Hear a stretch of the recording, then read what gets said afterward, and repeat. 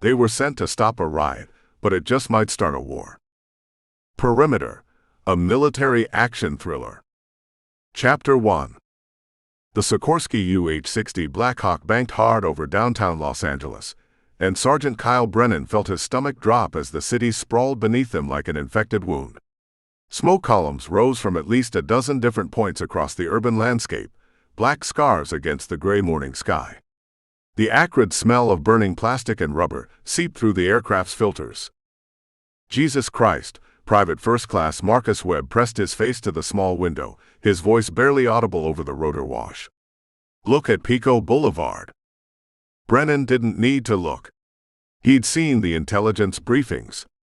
3 days of escalating violence had left entire city blocks looking like war zones. Overturned police cruisers. Gutted storefronts. Federal agents hospitalized with injuries ranging from concussions to third-degree burns. The National Guard had requested Marine support 12 hours ago. Webb, get your face out of that window, Brennan barked. Rodriguez Foster Johnson, listen up. Corporal Lisa Rodriguez looked up from checking her medical kit for the 4th time.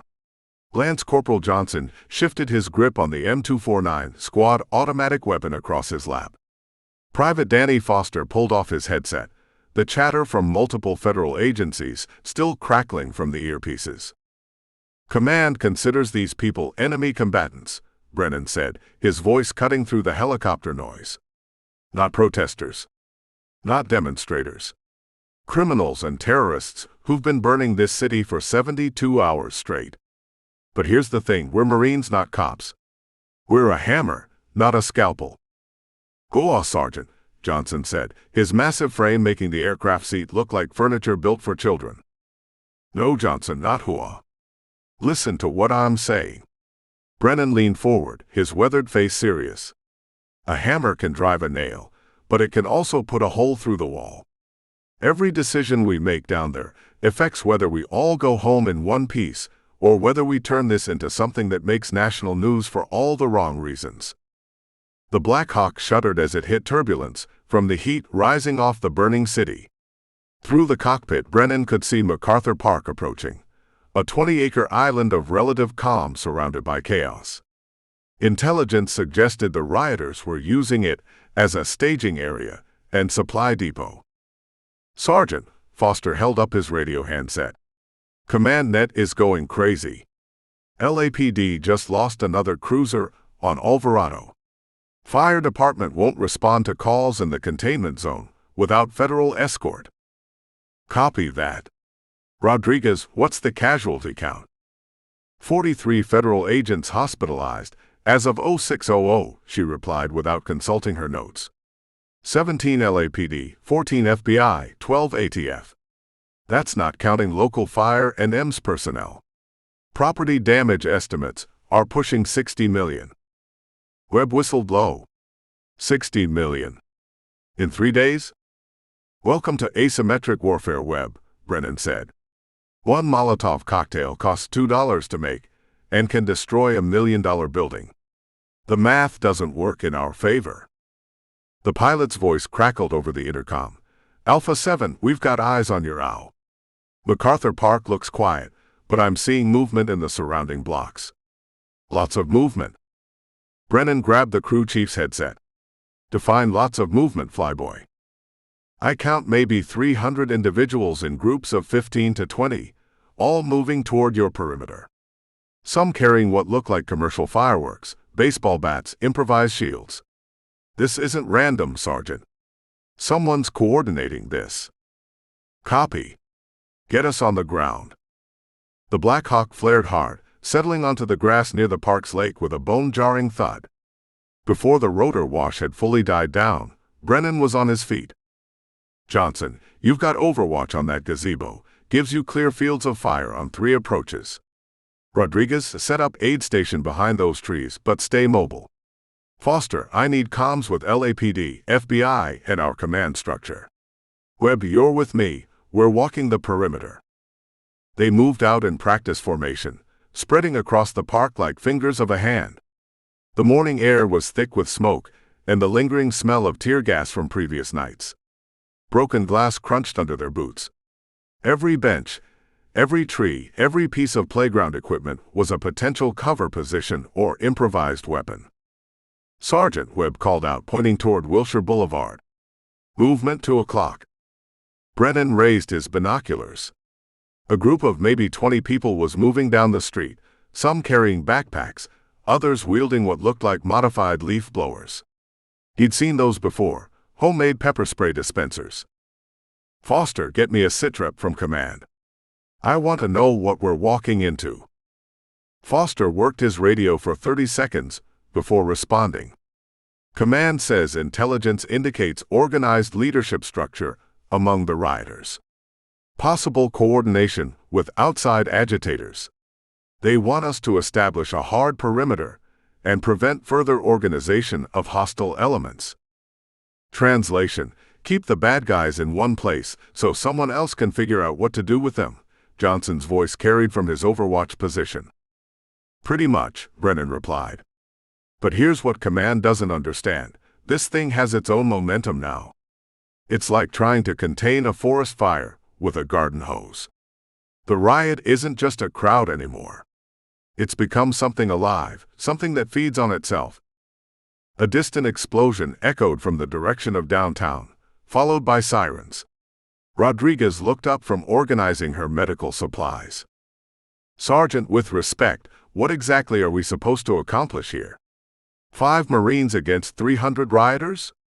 The math doesn't work." "The math never works, Rodriguez. But sometimes you don't need to win. Sometimes you just need to not lose long enough for someone smarter than you to figure out a solution." Brennan checked his weapon, chambering around. "Our job isn't to end this riot. Our job is to contain it, document it, and get everyone home breathing. In that order." Webb was studying the approaching groups through his scope. "Sergeant, these people aren't just angry. They're organized. Look at their movement patterns. They're maintaining interval, using hand signals, coordinating approach routes. Someone's trained them." "Copy that, Webb. Which means this is about to get a lot more complicated." Foster's radio crackled with urgent chatter. He listened for a moment, then looked up with concern. "Sergeant, LAPD is reporting organized attacks on 3 more federal installations. Command wants to know if we can expand our perimeter to include the metro station." Brennan looked at his 4 Marines, then at the sea of hostility surrounding their small island of control. The morning sun was climbing higher, burning off the marine layer, and already he could feel the tension building like atmospheric pressure before a storm. "Negative. We hold what we've got. Anyone asks us to expand, they can send more Marines or ask someone else." He keyed his radio. "Command, ALPHA 7 is established at MacArthur Park. Perimeter secure, situation developing. Request regular intelligence updates and immediate backup authorization if hostiles attempt to breach containment." The radio squelched twice, acknowledgement without commitment. Brennan looked at his squad, spread across their tiny kingdom of order in a city losing its mind. "Remember, people, we're not here to win hearts and minds.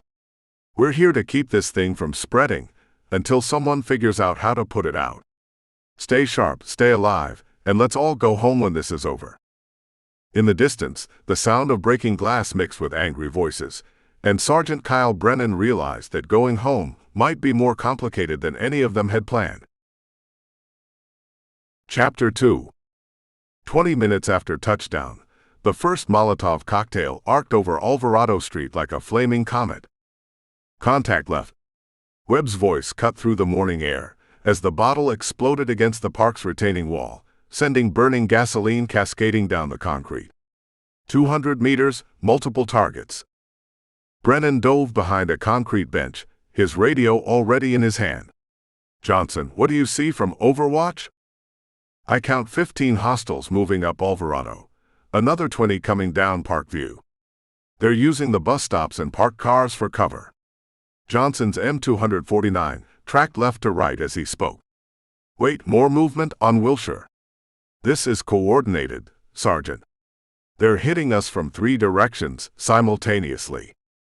Foster, get me LAPD frequency. I need to know what's happening outside our perimeter. Private Foster worked his radio with practiced efficiency. LAPD reports they've pulled back to Olympic Boulevard. Too many hostiles, insufficient resources to maintain forward positions. We're basically on our own out here. Another explosion, this one closer. Rodriguez had taken cover behind a thick oak tree, her medical kit spread out beside her. Sergeant, these aren't just angry people throwing rocks. Look at their formation. They're maintaining tactical spacing, using covering fire with those commercial fireworks. Brennan raised his binoculars toward the approaching groups. What he saw made his stomach clench. The rioters moved with purpose, not the chaotic mob mentality he'd expected. Some carried improvised shields made from trash can lids and plywood. Others had modified leaf blowers that he knew would be filled with pepper spray or worse. Most disturbing were the handheld radios he could see several of them carrying. Webb, you getting this? Roger, Sergeant. These people have communications, coordination, and equipment. Someone's been planning this. Webb's voice was tight with concentration as he tracked targets through his scope. And Sergeant? Some of them are carrying more than just bottles and rocks. Define more. I'm seeing what looks like improvised explosive devices. Pipe bombs, maybe pressure cookers. Real ordnance, not just fireworks. A group of rioters had reached the park's eastern edge, testing the Marines' response. They moved from tree to tree, probing for weaknesses in the hastily established perimeter. Brennan could hear them shouting to each other in Spanish and English, coordinating their approach. Johnson put some rounds in front of them.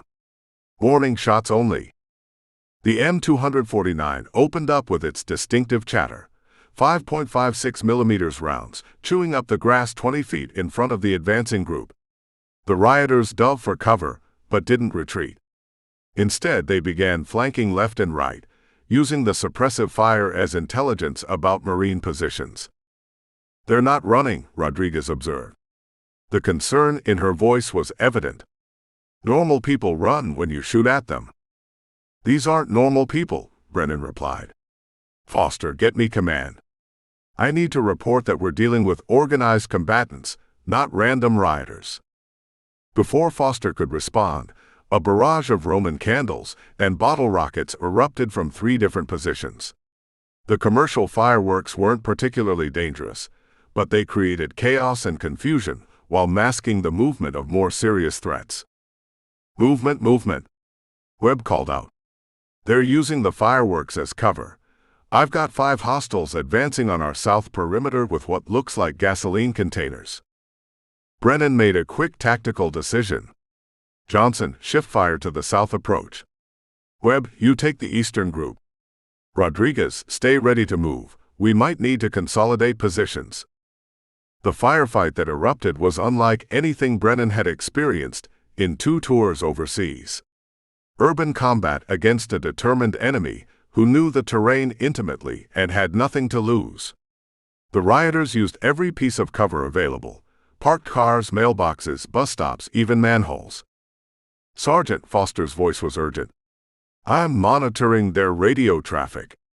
They're calling this Phase 2 and requesting heavy equipment for Phase 3. Heavy equipment? What kind of heavy equipment? Unknown, but they're also coordinating with groups outside our area.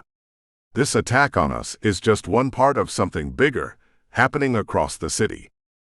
A beer bottle filled with gasoline shattered against Johnson's position, liquid fire spreading across the gazebo's wooden floor.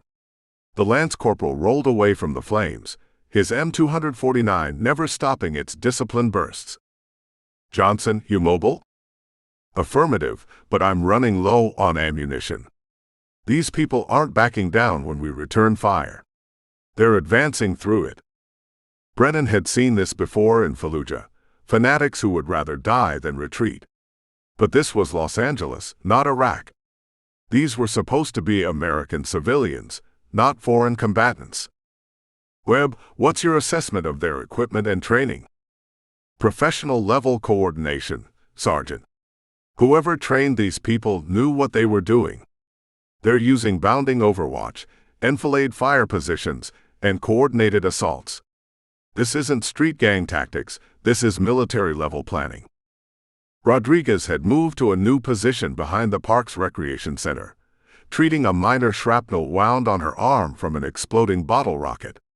"Sergeant, I'm seeing some of these people have military-style gear. Tactical vests, knee pads, communication headsets. Where did civilians get that kind of equipment?" "Good question. Foster, any intel from command about outside agitators or foreign involvement?" "Negative, Sergeant. Command is still treating this as domestic civil unrest. They don't want to escalate classification without concrete evidence." Another coordinated attack erupted from two directions simultaneously. This time the rioters had brought ladders and were attempting to scale the park's perimeter fence, while others provided covering fire with improvised weapons.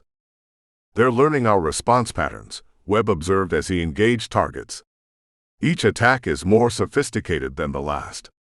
Someone's analyzing our tactics and adapting."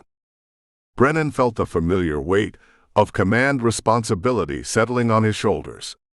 His job was to get his Marines home alive, but the situation was evolving beyond anything their briefings had prepared them for. The rioters weren't just angry civilians, they were organized, equipped, and apparently led by someone with significant tactical knowledge. "Johnson, ammunition status." "Down to my last belt, Sergeant.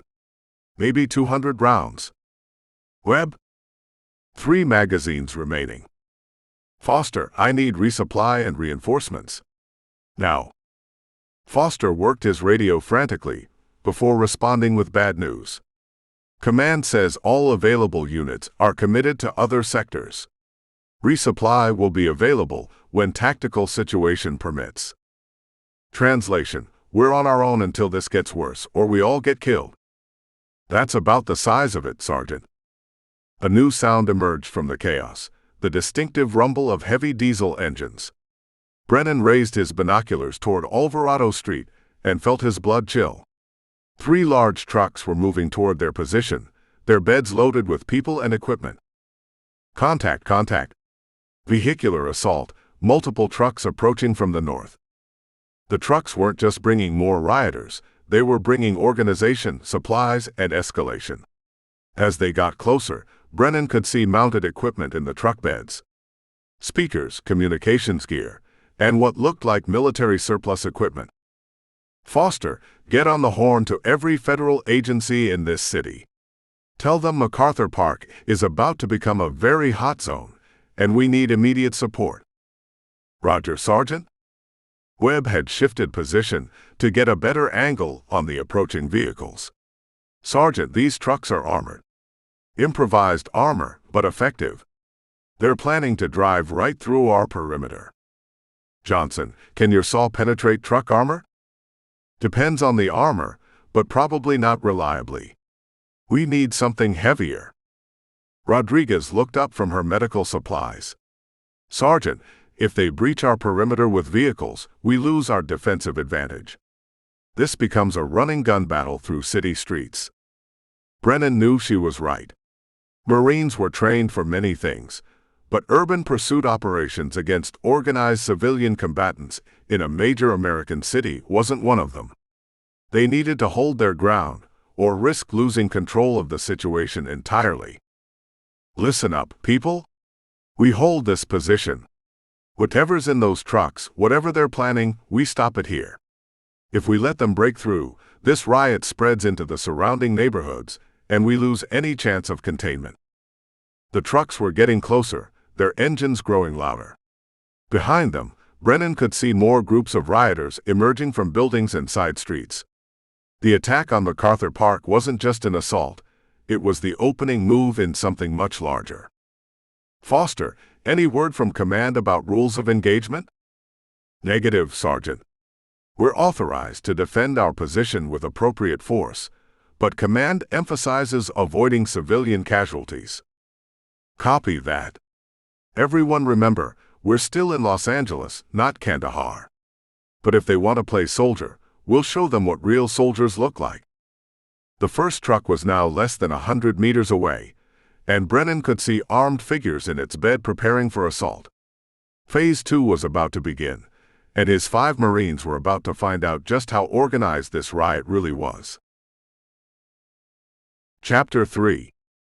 6 miles southeast of MacArthur Park, in a warehouse district that reeked of diesel fumes and decades of industrial neglect, Carlos Vega stood before $50 million worth of pure heroin and felt his carefully constructed world collapsing. "Cuánto tiempo tenemos?" he asked his lieutenant Marco Sandoval, who was monitoring multiple radio frequencies from a folding table covered in communications equipment. "The Marines locked down MacArthur Park 23 minutes ago," Sandoval replied in accented English, switching languages as more of Vega's crew gathered around. "LAPD pulled back to Olympic Boulevard.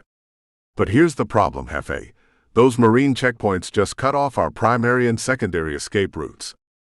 Vega lit a cigarette with hands that didn't shake, though inside he felt the familiar ice-cold calculation that had kept him alive through 15 years in the cartel business. The warehouse around him buzzed with controlled activity as his crew prepared the shipment for transport. 47 kilograms of pure product, refined in labs outside Culiacan, and smuggled through tunnels that had cost $2 million to build. Tonight's delivery to distributors in San Francisco was supposed to net $8 million in profit. Now 5 Marines with rifles were threatening to cost him everything. "Show me the map," he ordered. Sandoval spread a detailed street map across a crate of assault rifles. Red tents marked the Marine positions, blue circles showed police cordons, and yellow highlighted their planned escape routes, all of which now passed through military checkpoints. "They've got us boxed in," said Diego Morales, Vega's explosives expert, and the closest thing to a tactical genius the cartel employed. "We can't move the shipment north because of the Marines. We can't go east because LAPD has Olympic Boulevard locked down. South takes us through the worst of the riot zones, and west." He traced a finger along the map. "West runs us straight into federal task force positions." Vega studied the map, his mind working through possibilities. Outside the warehouse, the sounds of distant explosions and sirens provided a constant reminder that Los Angeles was tearing itself apart. The riots had been a gift, perfect cover for moving product while law enforcement was distracted. But now that same chaos had brought military intervention that threatened everything. "What about the tunnels?" "Flooded," Morales replied. "City cut the water mains in 3 places, trying to stop looters. Half our underground routes are impassable." "The boats?" "Coast Guard increased patrols yesterday." "Too risky." Vega took a long drag from his cigarette, thinking. His phone buzzed with a text from his contact in Mexico City. "Package delivery status. Buyers expecting confirmation by 0800 tomorrow." 8 hours. He had 8 hours to move $50 million worth of product through a city under martial law, past Marines who wouldn't hesitate to shoot, and around police cordons that were specifically designed to prevent exactly what he was trying to do. "What about the riot?" he asked suddenly. "¿Qué?" "The riot, pendejo. Why are those Marines there?" Sandoval looked confused. "To stop the violence, restore order." "No." Vega stabbed his cigarette toward the map.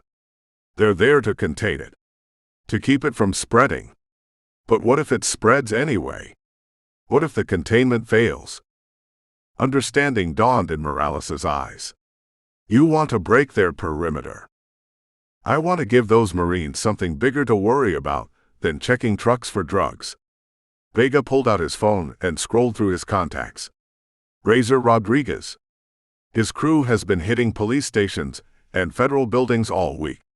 Tell me he's still operational." "Last I heard, he's got maybe 30 guys left after the ATF raid on Tuesday," Sandoval said. "But they're hardcore. Ex-military, some of them. Razor did 2 tours in Afghanistan before he got dishonorably discharged."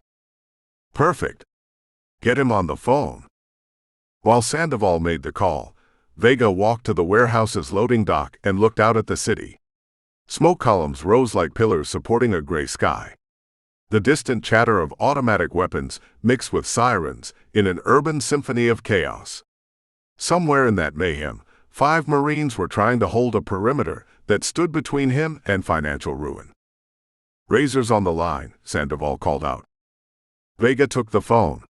"Razor, hermano, I hear you've been having fun with the federales." "Vega."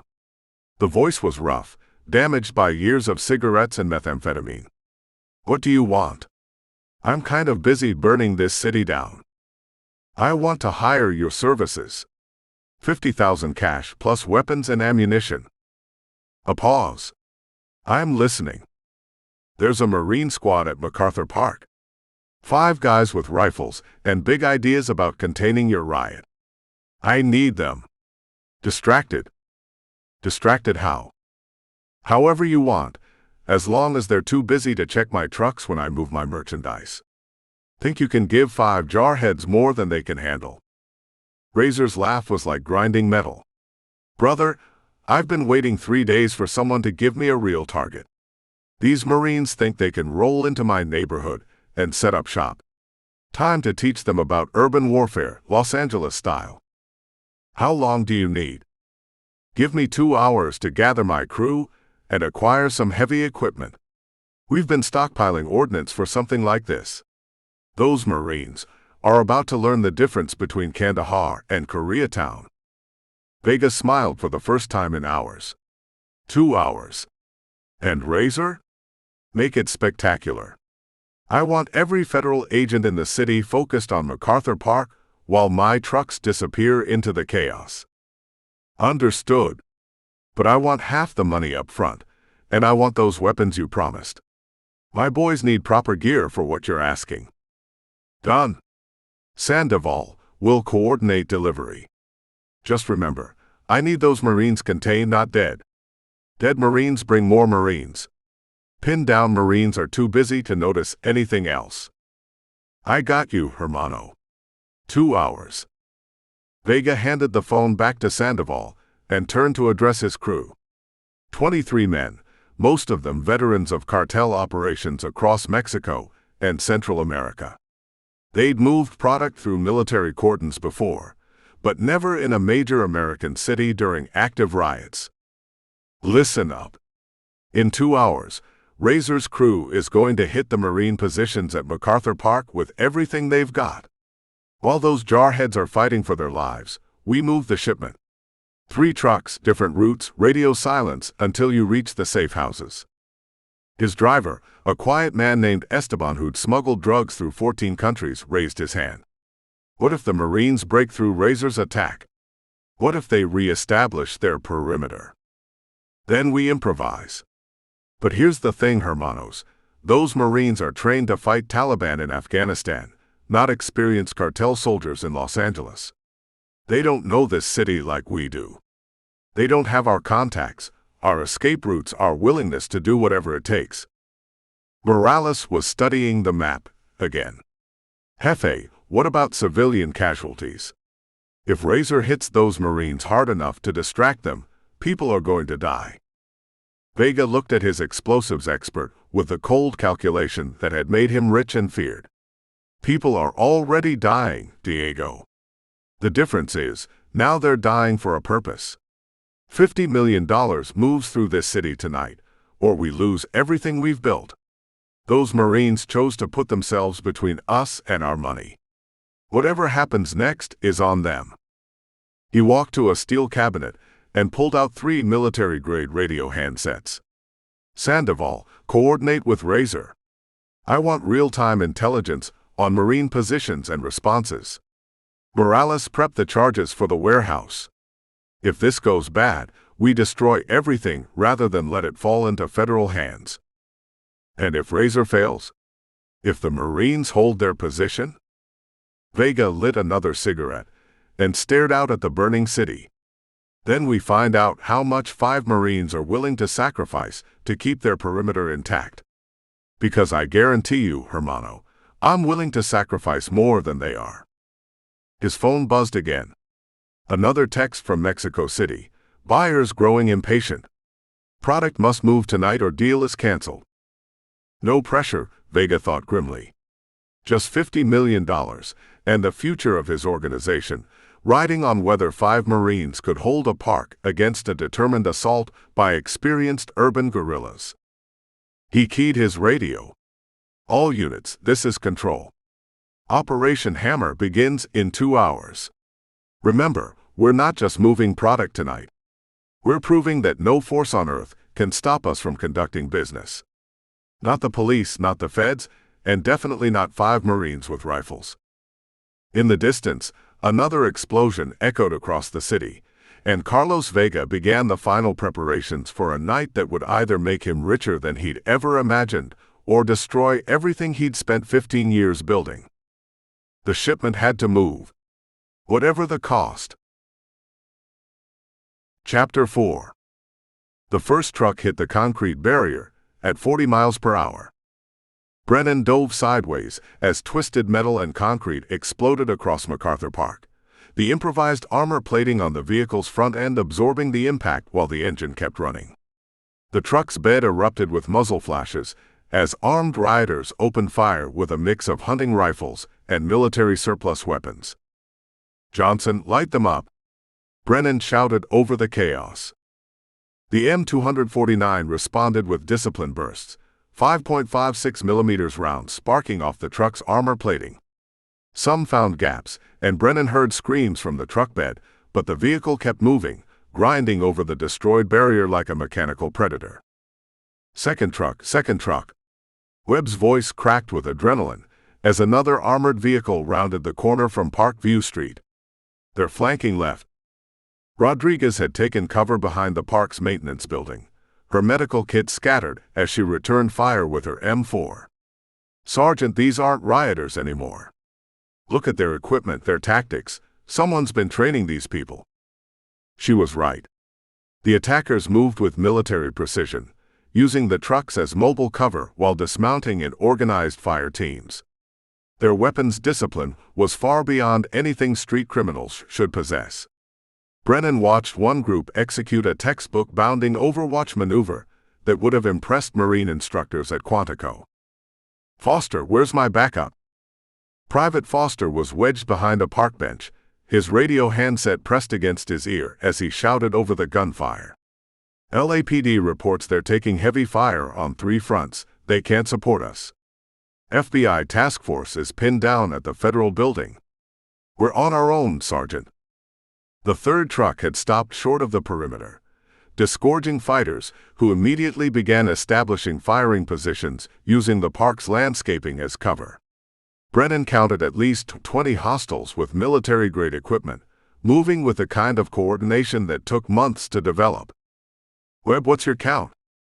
"I make it 30-plus hostiles with small arms plus crew-served weapons in 2 of the trucks." Webb had repositioned behind a concrete retaining wall, his rifle picking targets with mechanical precision. "Sergeant, they've got a 50 cal mounted in the back of that second truck." As if summoned by his words, the heavy machine gun opened up, .50 caliber rounds chewing through concrete and wood with devastating effectiveness.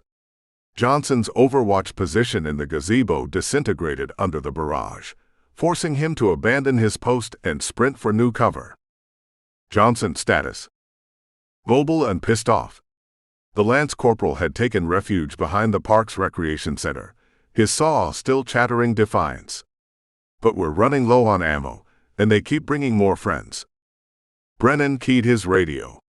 "Command, ALPHA-7 is taking heavy fire from organized combatants with military equipment. We need immediate reinforcement and resupply." The response crackled back through static. "Alpha 7, all available units committed to other priority targets. Maintain position and await further orders." "Maintain position?" Rodriguez's voice was incredulous as she changed magazines. "With what? We're down to our last few hundred rounds against an army." Another explosion rocked the park as someone launched what looked like an improvised rocket-propelled grenade. The device was crude but effective, blowing a crater in the grass near Foster's position and filling the air with dirt and debris. "These people have RPGs now?" Webb shouted. Improvised ones, but yeah, Brennan replied, trying to process the tactical situation. 5 Marines with basic combat loads against 30-plus hostiles with crew, served weapons, explosives, and unlimited ammunition. The math was getting worse by the minute. A new sound cut through the chaos, the distinctive whine of police sirens approaching fast. Brennan raised his binoculars toward Alvarado Street and saw 2 LAPD cruisers racing toward their position, emergency lights blazing. Foster, are those our reinforcements? Negative, Sergeant. Those units aren't on any frequency I'm monitoring. The lead police car skidded to a stop near the park's entrance, and 2 officers jumped out, taking cover behind their vehicle. One was a tall Hispanic woman with sergeant's stripes, the other a stocky white male who moved like a veteran cop. They immediately began engaging the rioters with their service pistols. LAPD, the female officer shouted toward the Marines. Sergeant Sarah Mitchell, Metro Division. We're here to coordinate with federal forces. About time. Johnson called back. We could use some local knowledge. Officer Jake Torres, Mitchell's partner, was speaking rapidly into his radio while firing controlled pairs at the nearest truck. Dispatch, this is 7 Adam 12. MacArthur Park is a war zone. We need SWAT, we need air support, and we need them 10 minutes ago. Mitchell worked her way closer to Brennan's position, using destroyed park equipment for cover. Sergeant, what's your tactical assessment? We're fucked. Brennan replied without diplomacy. 30 hostiles with military equipment against 5 Marines running low on ammo. They've got us outgunned, outnumbered, and they're not fighting like civilians. Copy that. Torres and I have been tracking organized groups all morning. Someone's been coordinating these attacks, providing equipment and training. This isn't random violence anymore. Another barrage from the .50 caliber machine gun forced everyone to take cover. When the firing stopped, Brennan noticed that the rioters were advancing under covering fire, using proper infantry tactics to close the distance. Mitchell, can your people get us resupply? I'll try, but most of our stations are under attack. The whole city's going crazy. She keyed her radio. Dispatch, 7 Adam 12 requests emergency ammunition resupply for federal forces at MacArthur Park. The response was immediate and discouraging. 7 Adam 12 negative on resupply. All armories are either compromised or committed to other sectors. You'll have to make do with what you have. Torres had moved to a flanking position and was engaging targets with his Arkansas 15 patrol rifle. Mitchell. These aren't just random gang members. Look at their weapons, their movement. Somebody's been planning this for months. He was right. Brennan watched the attackers execute a coordinated assault that would have been impressive in Afghanistan. They used suppressive fire to pin down the Marines, while assault teams moved forward under cover. Their radio discipline was excellent, and their equipment was better than some military units he'd served with. Johnson, ammunition status. Last belt, Sergeant? Maybe 50 rounds. Webb? 2 magazines. Rodriguez? 1 magazine plus what's in the rifle. Brennan felt the familiar weight of impossible command decisions. 5 Marines and 2 cops against an organized force that seemed to have unlimited resources and professional training. Hold position and die fighting, or fall back and let the riots spread into surrounding neighborhoods. Foster, get me the federal task force frequency. If LAPD can't help us, maybe the FBI can. Foster worked his radio frantically. I've got them, Sergeant, but they're reporting heavy contact at multiple locations. Someone's hitting federal installations all across the city simultaneously. Simultaneously? Mitchell looked up from reloading her pistol. That's coordination on a massive scale. This isn't just Los Angeles anymore. This is organized terrorism. A new voice crackled over Foster's radio, deep, confident, and speaking with a slight accent. Federal forces at MacArthur Park, this is your only warning. Withdraw immediately or face the consequences. You have 5 minutes to evacuate the area. The transmission cut off, leaving only static. Well, that's not ominous at all, Rodriguez muttered. Torres had worked his way back to Mitchell's position. Sarah, we need to call for evacuation. 5 minutes isn't much time to organize a fighting withdrawal. Negative, Brennan interrupted. We hold this position. The moment we withdraw, this riot spreads into the residential areas north of here. Thousands of civilians live in those neighborhoods. And if we stay, we die fighting a force we can't defeat with the ammunition we don't have, Mitchell replied. Sergeant, sometimes tactical withdrawal is the only option. Before Brennan could respond, the radio crackled again with the same voice. 4 minutes, Federal forces. After that, we bring out the heavy equipment. Webb was studying the enemy positions through his scope. Sergeant, they're repositioning. Looks like they're preparing for a final assault.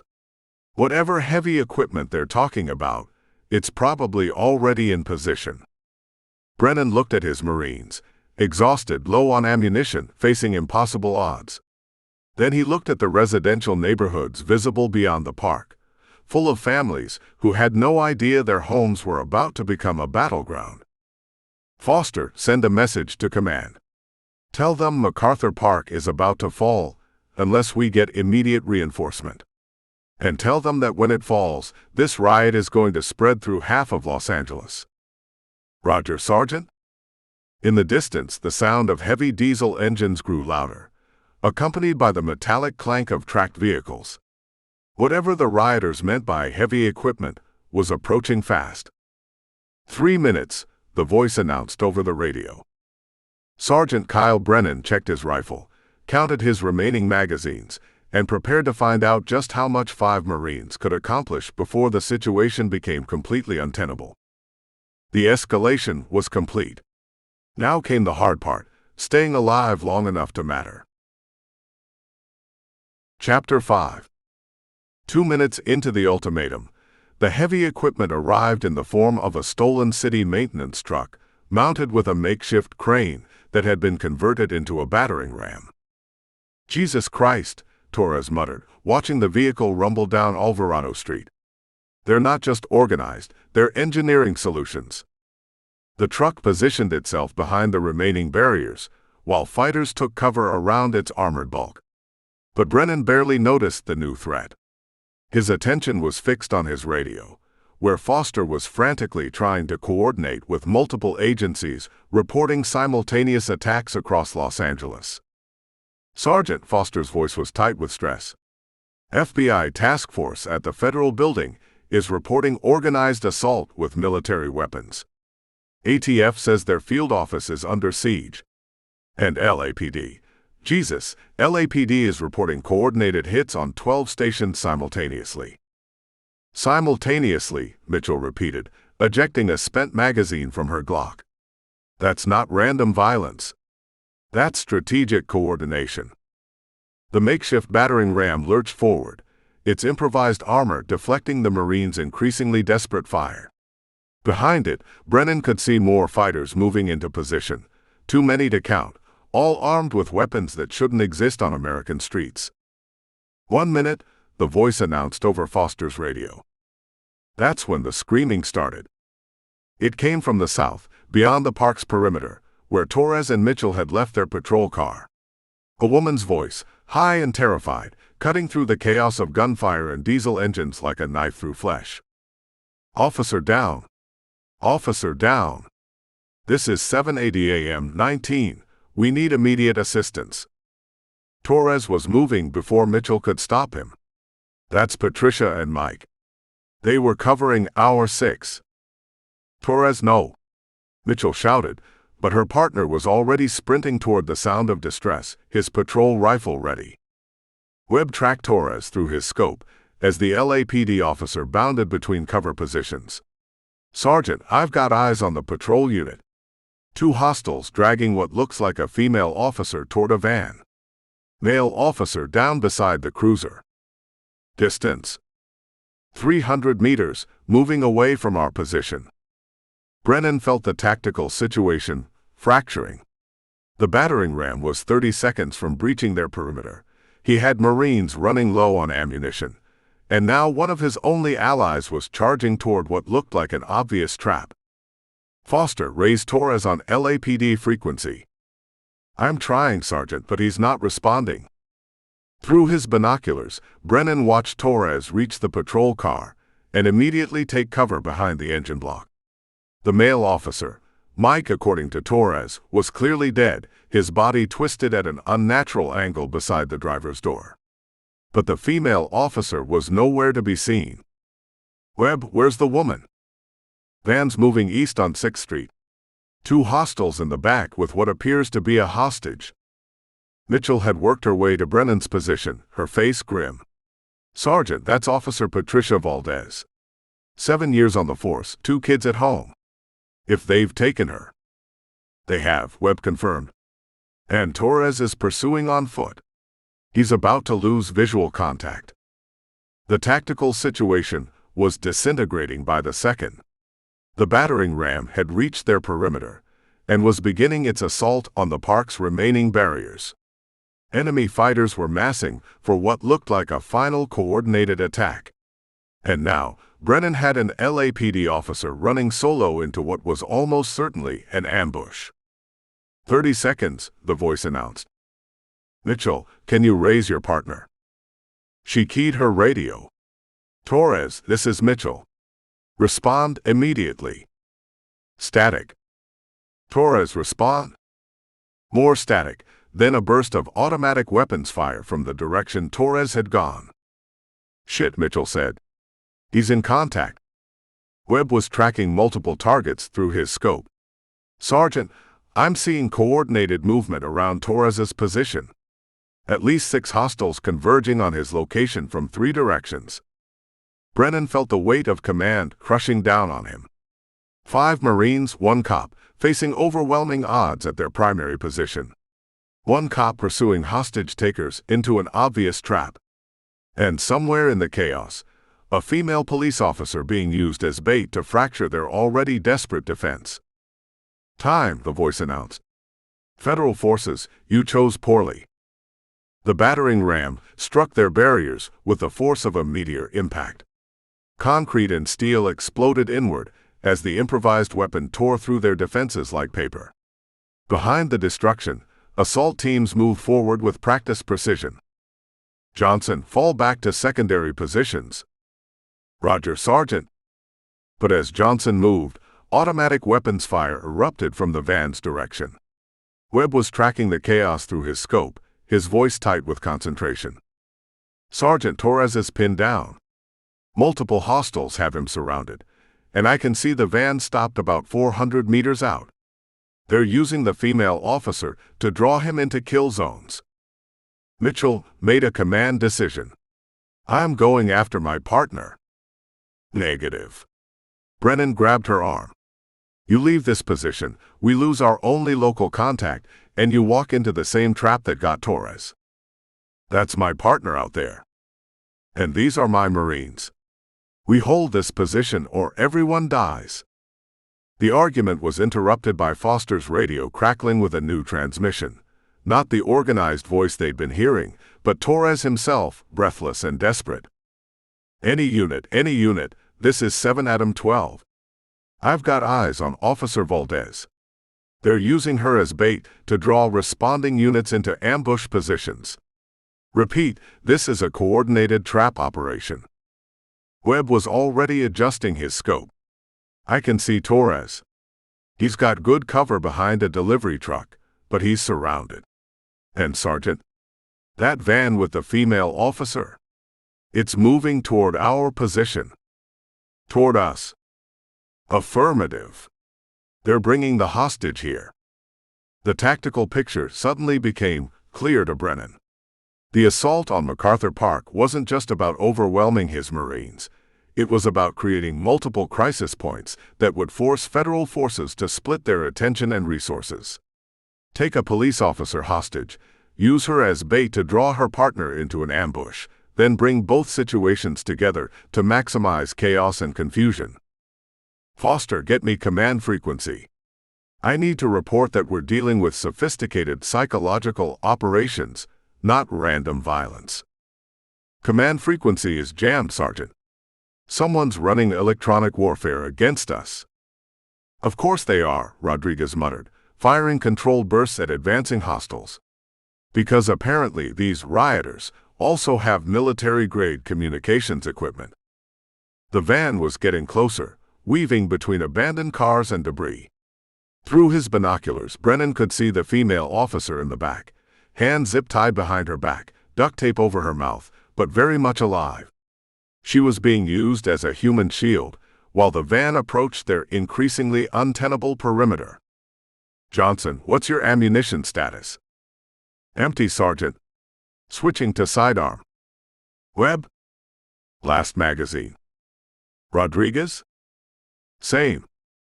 Mitchell was monitoring LAPD frequencies on her radio. Torres isn't responding to radio calls.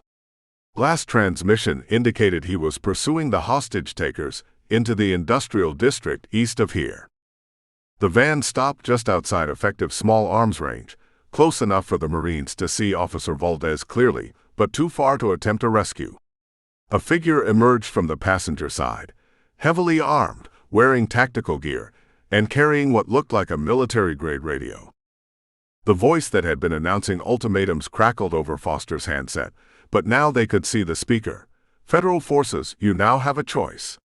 Withdraw immediately and allow free movement through this area, or watch a Los Angeles police officer die on live television.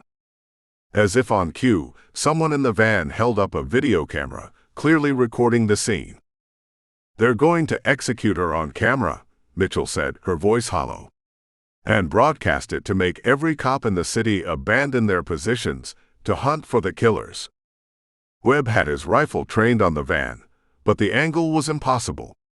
I can't get a clean shot, Sergeant. Too much cover, and they're using the hostage as a shield. The radio crackled again. You have 2 minutes to begin withdrawal. After that, Officer Valdez pays for your stubbornness, and we bring out equipment that will make your previous problems seem trivial. Brennan looked at his depleted Marines, at Mitchell's desperate expression, at the van holding a hostage whose only crime was wearing a police uniform in a city that had lost its mind. The tactical situation was impossible. Hold position and watch an innocent woman die, or abandon their mission and let the riots spread through residential neighborhoods. Foster, any word from Torres? Negative, Sergeant. No communications from 7 Adam 12 in the last 4 minutes. Which meant Torres was either dead, captured, or fighting for his life in an industrial maze designed to kill responding officers. Either way, he wasn't coming back to help. 1 minute, the voice announced. In the distance, the sound of heavy engines grew louder. Whatever equipment they were threatening to bring wasn't idle boasting. Something big was moving toward MacArthur Park, and Brennan had 5 Marines with empty magazines to stop it. Sergeant, Webb said quietly, what are your orders? Brennan looked at the van, at the hostage, at his Marines, at the approaching sounds of mechanized death. Command decisions didn't get harder than this. Save 1 life or save thousands, protect his Marines or protect the mission, follow orders or follow conscience. Stand by, he said, buying time. He didn't have to make a choice that would haunt him regardless of what he decided. The clock was running, the hostage was waiting, and somewhere in the chaos, Torres was fighting a battle he couldn't win against an enemy that had planned for every contingency. 2 minutes to decide who lived and who died in a city that was forgetting the difference. Chapter 6. 30 seconds, the voice on the radio repeated, a death sentence delivered with casual indifference. The rumble of heavy engines grew, a promise of more destruction grinding its way through the ravaged streets. Sergeant Kyle Brennan looked at the van, at the silhouette of Officer Valdez, at the camera meant to broadcast her murder. He looked at Sergeant Mitchell, her face a mask of desperation. Then he looked at his Marines, Johnson down to his sidearm, Webb and Rodriguez each with a single magazine left. Holding the perimeter was a fantasy. Attacking was suicide. Withdrawing meant abandoning the city. Webb, Brennan's voice was low, almost conversational. That van? Can you disable it from here? Negative, Sergeant, Webb answered, his eyes still pressed to his scope. Engine block is shielded by the angle. Tires are a maybe, but they just shoot her and fight from cover. It's a baited kill box. Foster, anything on Torres's frequency? Brennan asked, his mind racing past the impossible choice to a fourth option he couldn't yet see. Nothing, Sergeant. Dead air. Foster's knuckles were white where he gripped his radio handset. Command channel is still jammed. We're deaf and dumb. Not entirely, Webb cut in, his head tilting slightly. I'm picking up chatter on a commercial frequency. Encrypted, but the signal is sloppy. Spanish. Hearing a lot of traffic pointing northeast of our position. The direction Torres went. The pieces clicked into place with sickening clarity. The attack here was a feint. A bloody, spectacular, and overwhelming feint. The real objective was somewhere else. Torres hadn't just stumbled into an ambush, he'd stumbled onto their primary effort. And Valdez was the bait to keep their eyes pointed in the wrong direction. They're not trying to take this park, Mitchell, Brennan said, turning to the LAPD sergeant. They're trying to keep us in it. Pinned down and focused on a hostage we can't save. A deafening roar erupted from the north perimeter, a direction that had been relatively quiet. A fresh wave of attackers, 50 or more, surged out of the side streets, their assault bolstered by 2 flatbed trucks welded with scrap metal plating. They weren't probing, they were charging. Contact north, Johnson yelled, drawing his pistol. They're trying to overrun our flank. The .50 caliber on the first truck swiveled, its barrel seeking new targets. The meticulously planned assault on the south entrance was instantly overshadowed by a brute force human wave from the north. Chaos multiplied. It was the perfect diversion. Brennan made the decision that would define his career or end it. Webb, Rodriguez, you're with me, he barked, the words tasting like insubordination. He turned to the remaining 2 members of his squad. Johnson, Foster. You are the perimeter now. Command wants us to hold this position, so you will hold it. Johnson, who had been preparing to sell his life for a few square feet of burned grass, just nodded, his expression grim. Give 'em hell, Sergeant. No one gets through, Brennan ordered. Use non-lethal if you can, but you are authorized to use any means necessary to hold this ground. We're not losing MacArthur Park. It was a lie, a desperate gamble, but it was the only order he could give. He grabbed Mitchell's arm. Your partner isn't dead. He's found something they don't want found. I'm going after him. I need you here. Coordinate with my men. Your radio is our only link to LAPD. If anyone breaks through the jamming, you're our only voice. Mitchell stared at him, her mind catching up to his logic. The hostage, the assault, the missing partner, it was all connected. You're abandoning your post. I'm redefining it, Brennan countered. He gave Webb a sharp nod. Lead the way. Rodriguez, stay on my 6. As Webb guided them low and fast through the park's western edge, using the smoke and chaos of the northern assault as cover, Brennan felt the weight of his choice. He was taking 2 of his last 4 Marines on an unauthorized mission into a war zone, based on a gut feeling and a snippet of radio chatter, leaving the other 2 to face an army. They moved through the urban maze, a ghost squad slipping through the cracks of a city at war with itself. The sounds of the battle for the park faded behind them, replaced by a tense quiet broken by distant sirens and the crunch of glass under their boots.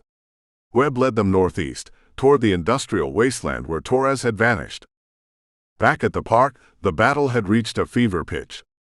Johnson and Foster, now joined by Mitchell, fought a desperate cornered defense against the northern surge. They had fallen back to the maintenance building, a concrete bunker in a sea of violence. They're using tactical radios, directing the crowd. Johnson yelled over the din, firing his sidearm at figures swarming over the useless barricades. Foster, huddled behind an overturned metal dumpster, concentrated on his own war. With command jammed, he scanned every frequency he could, hunting for the signal Webb had mentioned. He wasn't a cryptologist, but he knew signal traffic. He found the encrypted Spanish chatter, a rapid-fire back and forth that was disciplined and professional. He couldn't break the code, but he could listen to the cadence, the breaks, the moments of excitement. Then, for a few seconds, the encryption failed. A burst of clear, uncoded Spanish cut through the static, spoken with urgency. Deprisa. Razor dice que los federales se están moviendo. Tenemos que mover el paquete ahora. Ahora. Foster didn't speak fluent Spanish, but he'd served 2 tours on the border. He knew keywords. Federales. Mover. Ahora. Federal agents. Moving. Now. And one word stood out, a word that needed no translation: paquete. Package. Johnson. Foster yelled, his voice strained with the terrifying implication of what he'd just heard. This whole thing, the riot, the attack on us, it's a diversion. They're moving a package. The realization hit him like a physical blow. They weren't just holding a park. They were the cork in a bottle, and the people attacking them weren't trying to get in. They were trying to keep Brennan from finding out what was about to get out. Chapter 7. The silence of the industrial district was a different kind of loud. It pressed in on them, a dead weight of rust and decay that felt heavier than the roar of battle they had left behind at the park. Every scrape of their boots on loose gravel sounded like a gunshot. The air, thick with the smell of stagnant water and cold iron, was a relief from the acrid smoke, but it carried its own menace. Webb moved 10 meters ahead, a wraith in the narrow canyon between 2 derelict brick warehouses. He didn't walk. He flowed from one patch of shadow to the next, his rifle a natural extension of his body. Brennan and Rodriguez followed, hugging the graffiti-scarred walls, their senses screaming. The ambient glow of a burning city miles away cast long, distorted shadows that played tricks on the eyes. "Hold!" Webb's voice was a dry whisper over the radio. He was crouched beside a rusted chain-link fence, gesturing toward the ground. Brennan moved up, Rodriguez covering their rear. On the asphalt, almost invisible in the grime, was a small brass casing. Brennan knelt. 9mm. Standard LAPD issue. Nearby, a spray of other casings glinted faintly. 7.62x39mm. AK, ammunition. Torres put up a fight, Brennan murmured. He looked at Webb. Tracks? Scuff marks. Heavy boots dragging something. Headed into that building. Webb pointed his chin toward a low concrete structure with boarded-up windows and a steel door hanging ajar. Happened recently. The dust is still disturbed. A cold knot formed in Brennan's stomach. Rodriguez, get your kit ready. She nodded, her face grim. Ready, Sergeant. They crossed the alley in a heartbeat, stacking on either side of the steel door. Brennan gave a silent 3-count with his fingers, then swung in low, Webb going in high over him. The interior smelled of piss and old oil. The only light came from a single grimy window high on the far wall, filtering the orange sky. It was enough to see the scene. The place was a kill zone. More casings littered the floor. A discarded LAPD radio lay in the corner, its plastic housing shattered by a bullet. And behind a row of corroded metal lockers, a pair of black police-issue boots stuck out at an unnatural angle. Rodriguez went to him first, her movements practiced and detached. Brennan stood guard, scanning the cavernous room, every dark corner a potential threat. He heard her soft exhale. "He's gone, Sergeant," Rodriguez said, her voice devoid of emotion. "Multiple GSWs. They didn't give him a chance." Officer Jake Torres had died fighting. Brennan took in the scene with a cold, tactical appraisal. The placement of the casings, the overturned debris. Torres had used the lockers as cover, firing until he was overwhelmed from at least 3 sides. He hadn't run into a simple ambush. He'd been systematically hunted and executed. "No time," Brennan said, the words feeling like gravel in his mouth. "We can't take him with us. Let's go." It was the hardest order he'd ever given. Leaving a fellow officer behind felt wrong on a cellular level, but they were hunting bigger prey now. Torres hadn't died for nothing. He had found something, and they would finish it. They exited the building and continued northeast, the grim discovery stealing their resolve. They were no longer on a rescue mission. This was a reprisal. Movement, Webb breathed into his radio 20 minutes later. 2 o'clock. Rooftop. They melted into the recessed doorway of a defunct auto body shop. Brennan raised his binoculars. 200 meters away, on the roof of a sprawling warehouse, were 2 sentries. They weren't rioters. They wore matching tactical gear and carried military-style rifles, sweeping the streets below with professional discipline. As he watched, a white commercial van, the same one from the park, pulled into the warehouse's loading bay. The rear doors opened. 2 armed men jumped out, followed by a smaller figure they hauled out roughly. Officer Valdez. Her hands were bound, and she stumbled, but her head was up. "Webb, you have eyes on the hostage," Brennan whispered. "Affirmative, Sergeant." Webb's voice was tight. "She's alive. They're moving her inside." He paused. "Wait a second. Something's not right. The way she's walking, she's faking the stumble. It's too deliberate." Brennan focused his binoculars. Webb was right. Valdez wasn't just a terrified victim. There was a defiance in her posture, a rigidity that spoke of controlled anger, not fear. As they hustled her toward a door, she turned her head slightly, as if looking at something on the ground. Her right hand, though bound, made a quick, subtle gesture against her leg. A tap. A closed fist. Another tap. "She's signaling," Webb hissed. "Tap code. It's an old POW technique." "Can you read it?" "Trying. It's fast." Webb focused, his breathing slowing. "TEN. She's saying 10. 10 hostiles." "Could be," Brennan said. "Or something else." Another group of armed men emerged from a side door, laughing and smoking. "Not 10. More like 15, and that was just what they could see." The scope of the operation was expanding before their eyes. "Sergeant," Rodriguez whispered, her own binoculars trained on the loading bay. "Look at the trucks."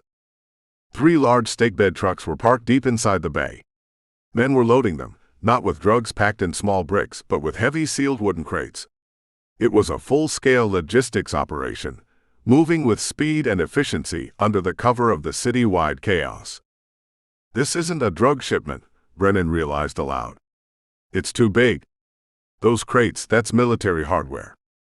The intercepted message suddenly made horrifying sense. The package wasn't narcotics. It was something far more dangerous. They'd used the riots, the attack on the park, the kidnapping of a police officer, all as a multi-layered diversion to cover the movement of a mobile arsenal. "She's signaling again," Webb said, his focus absolute. His voice was strained. "VASQ. UEZ. Vasquez. She's giving us a name." "Who the hell is Vasquez?" Rodriguez asked. Before Brennan could answer, a different figure was dragged from the van. A civilian woman, her face bruised, clutching a shattered press camera. The gang member holding her shouted something at another guard, and the name carried across the empty street. "Vasquez." "They have another hostage," Brennan said, his blood running cold. "They have a reporter." They watched as the 2 women, Valdez and the journalist Vasquez, were forced into the main warehouse building. The massive steel door began to roll down, sealing the fortress. The team was compromised. They were 3 Marines with limited ammunition, miles from any support, facing a private army that had orchestrated the fall of a major American city as a simple distraction. They had found the nerve center of the entire operation. It wasn't a gang hideout. It was a lair. Brennan looked at Webb, then at Rodriguez. He saw the same grim understanding in their eyes. They had followed the trail of one missing cop and discovered the source of the entire catastrophe. Command was jammed, Johnson and Foster were likely fighting for their lives, and 2 hostages were now inside that warehouse, their fate tied to a shipment of weapons that could arm a small army. The choice back at the park had been impossible. This was worse. To engage was suicide. To retreat was to let the enemy win, to let them disappear into the chaos they had so expertly created. "Sergeant," Webb said quietly, his rifle trained on the warehouse door. "What are your orders?" Chapter 8. The world for Lance Corporal Johnson had shrunk to the space behind a concrete planter. It was his whole universe. A universe of cracked cement, the metallic tang of blood in his mouth, and the empty, useless weight of his M249. His sidearm felt like a toy in his hand, its 9 remaining rounds an insult to the tidal wave of violence crashing against their position. For hours, they had held the maintenance building. Now they were outside it, driven out by smoke and fire, after a Molotov cocktail had found its way through a ventilation shaft. The park was lost. They were just trying to stay alive. "They're coming again. He's flank." Sergeant Mitchell's voice was raw, torn by shouted commands and inhaled smoke. She was down to her last 6 rounds, her face a pale, grim canvas of exhaustion and disbelief. Johnson risked a look. It wasn't a flank, it was a flood. A fresh wave of bodies poured from the direction of Wilshire, moving with a horrifying purpose. In the front were the unarmed, the true believers, their faces masks of rage, their hands empty or holding rocks. Behind them, shielded by this human wall, were the real soldiers, men in tactical vests, leveling rifles over the shoulders of the cannon fodder. "They're using them as shields," Johnson growled, the words catching in his throat. "They're pushing civilians at us, so we can't shoot back." "Foster, talk to me," he yelled. Private Danny Foster was crammed into the gap between the planter and a scorched hot dog stand, his rifle forgotten beside him. In one hand, he held his radio handset, the other furiously scribbling call signs and frequencies onto a dirty notepad. He was no longer a Marine holding a perimeter. He was an intelligence analyst in the middle of a firefight. "It's a network, Johnson," Foster shouted back, his eyes wide with a frantic, terrible understanding. "They're not just on one channel. It's a multi-layered command net. I'm hearing call signs. Hammer, anvil, sickle, they're directing squads. Hammer 3, suppress the concrete structure. Sickle 1, advance with the crowd, draw their fire. They're directing every move from somewhere else." The cold, precise instructions coming through his earpiece stood in stark contrast to the chaos unfolding before him. He could hear the calm voice of their unseen general orchestrating the battle, sacrificing pawns with callous efficiency. A volley of disciplined rifle fire tore into the planter, showering Johnson with concrete dust. He returned 2 shots from his pistol, aiming high over the heads of the human shields at a muzzle flash he spotted in the second rank. A scream told him he'd hit someone, but it was like throwing a rock into the ocean. "We can't hold this," Mitchell yelled, firing her second-to-last round. "They're pinching us. We fall back or we die right here." Sergeant Brennan's orders were to hold. Johnson countered, the words tasting like ash. Duty was a simple concept in a war zone. Here, in a city park in Los Angeles, it was a sick joke.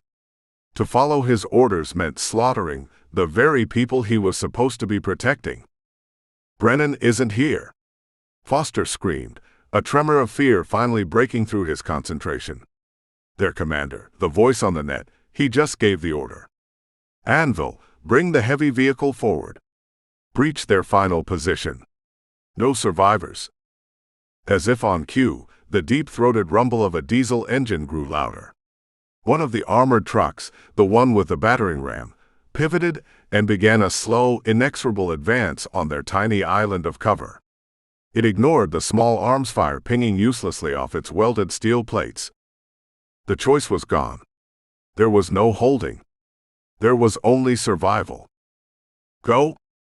Fall back! Move!" Johnson roared, providing covering fire. He fired twice more, forcing a group of attackers to duck, buying them seconds. Mitchell was already moving, sprinting in a low crouch toward the relative safety of a row of dense hedges bordering the park. Foster scrambled after her, grabbing his rifle as he ran. The world erupted behind Johnson. The truck hit the hot dog stand with a cataclysmic crunch of tortured metal, obliterating what was left of his cover. The planter disintegrated. Shrapnel and debris rained down as he dove, rolling, coming up to one knee, and firing his last 4 rounds at the figures dismounting from the truck's bed. He saw one of them fall before he turned and ran, his lungs burning, his legs pumping on pure adrenaline. He caught up to the others at the hedge line, crashing through the brittle branches and falling onto the pavement of a quiet side street. For a moment, there was an eerie silence, the roar of the riot muffled by the buildings around them. They had made it. They were out. Johnson rolled over, propping himself on his elbows, and looked back. The perimeter hadn't just been breached, it had been annihilated. The dam had broken. Hundreds of figures, a mix of armed combatants and enraged civilians, poured through the gap they had failed to hold. They swarmed over the burning maintenance building, past the shattered remains of police barricades, and fanned out into the city. The containment was a complete and utter failure. Foster lay on the ground beside him, breathing in ragged gasps, his radio still pressed to his ear. They're reporting back to their command," he stammered. "Perimeter is broken. The park is ours. Moving to Phase 4. "Phase 4? Mitchell asked, her voice hollow as she stared at the unfolding disaster. "What the hell is Phase 4? Johnson didn't answer. He just watched the chaos spread, a wildfire jumping the firebreak his squad had been ordered to maintain. He had failed his orders to save his people. He had retreated to avoid a massacre. But as he watched the armed groups directing the flow of the riot into the unsuspecting residential streets to the north, a horrifying certainty settled in his gut. Chapter 9. Down. Get down. Sergeant Mitchell's voice was a raw bark, barely audible over a fresh volley of explosions that was not quite gunfire and not quite fireworks.